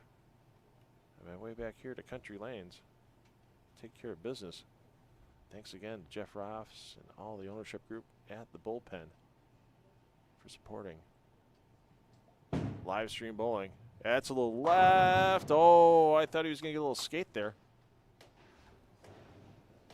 and leave the weak 10, but it turned up enough. Front 5 for Mr. Moss.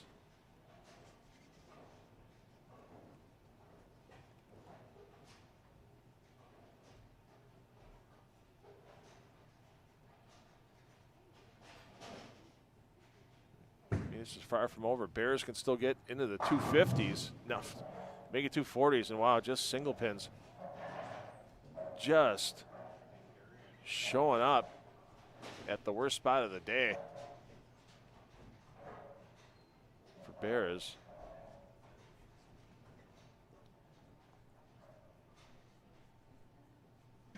.247 now the max for Bears. That would mean Moss would need 230 as his target score currently. If Moss shoots 230, he'll win this championship match of the Milwaukee Open.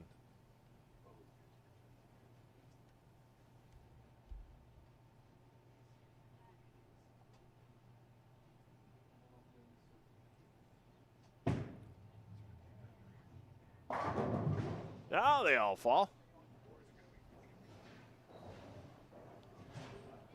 I mean, let's face it, Dave's thrown solid shots every first ball except one this championship match, and then he let that spare get away with him early on in that opening game. Missed that 4-pin left. Something you didn't expect.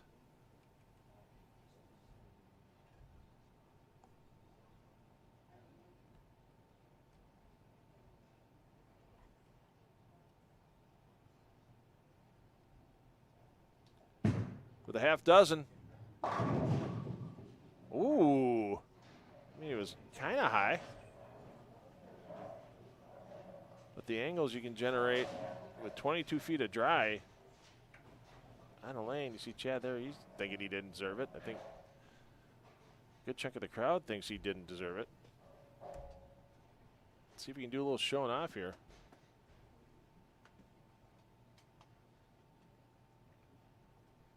And he'll just take the one. He knows the situation.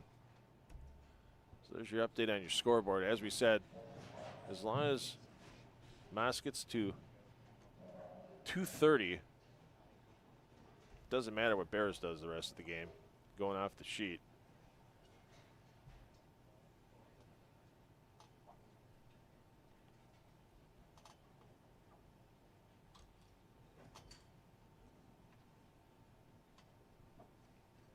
You can't blame Chad right now for making sure that surface on that bowling ball is pristine.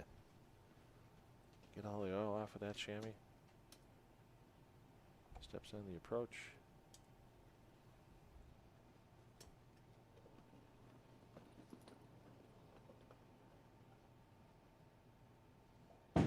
Bounce back in the 7th. Ooh, that 7 stood too for a moment. So moves will need to be made. As high flush and high flush does not play nice for Chad Moss the last 2 shots. We saw some incredible high flush carry yesterday and a little earlier today as well. He had a shot last night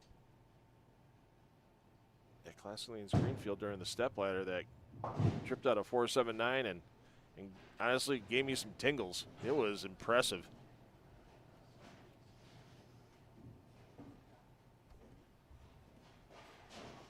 So once again, the story is Bears has to keep striking.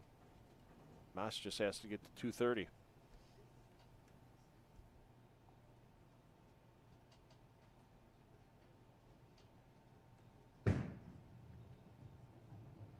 Yeah, that was a lot of left, and yikes.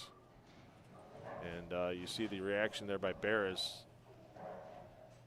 He knows this one's all over but the singing, and some of the crowd actually even coming out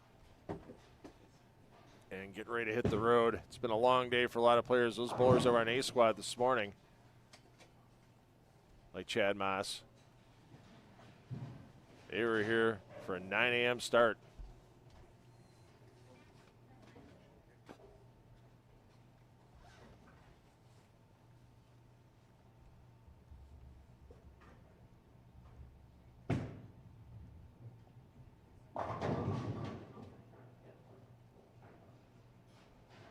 Good cover there. Or good strike there, I'm sorry. By Bears, but going to be a little too late.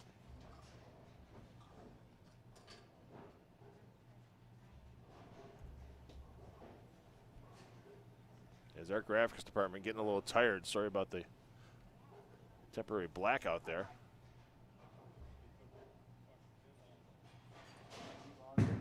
Getting that fixed. And we talked about some of that high flush, some of the high flush carry. You see Chad shaking his head right there, but you know what? That carry gets you one shot closer to being the champion of the 2026 Milwaukee Open. And with Bears being maxed out at 215, that just means Chad Moss gets to 198. And the way to get to 198 right now, lock it up for sure. Strike here in the foundation frame.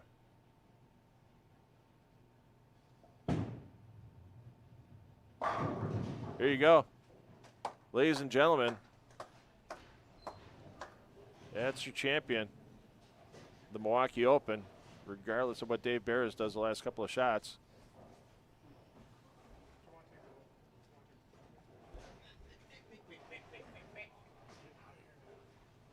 And not only will Chad Kloss, or not Chad Kloss, I'm sorry, Chad Kloss sponsored yesterday Bowlers Headquarters, added $2,000 to the prize fund, and we also gave away the Holtz Championship bucket. Chad Moss taking home a second champion's bucket today. So he'll have the cleanest car in Waukesha County by the time this is done. Once again, I want to thank Holtz Motors as we're going to fast track through the end of this match.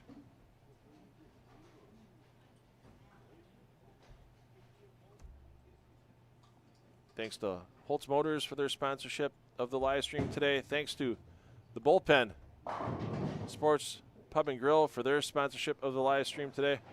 And, of course, thanks to the live stream sponsor and host of this event, Country Lanes Bowling Alley in Franklin.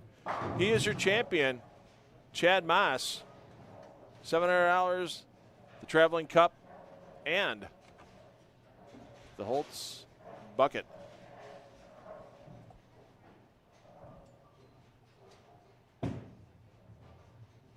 Congratulations to Chad Moss. A great day as well for Dave Bears, not the finish he wanted. Those 9 pins just started coming with a flurry here in game 2 on those 9 counts. But he bowled well all day, still taking home $400.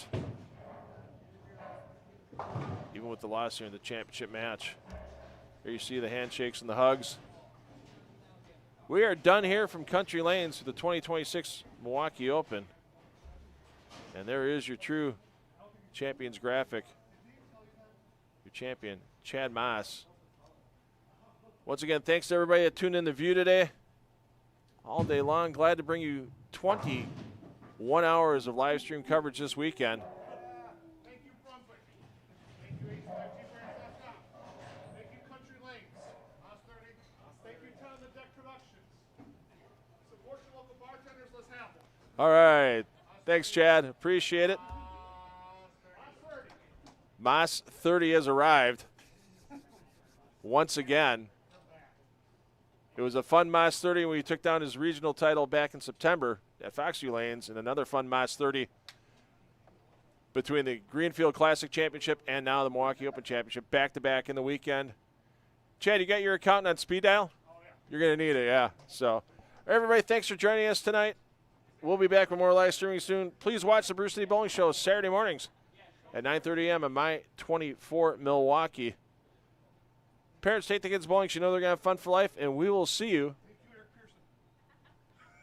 Thank you, Eric Pearson. Yes, indeed. Yeah, why don't you take a picture on 5 and 6 with that beautiful cup? Oh, don't worry about it, man. Celebrate. That's what this is about, man. If you can't celebrate a win, you got to be able to celebrate a win. And there you go. There you see Eric Pearson presenting that traveling cup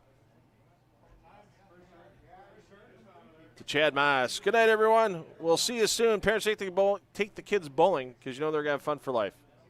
Good night, everyone.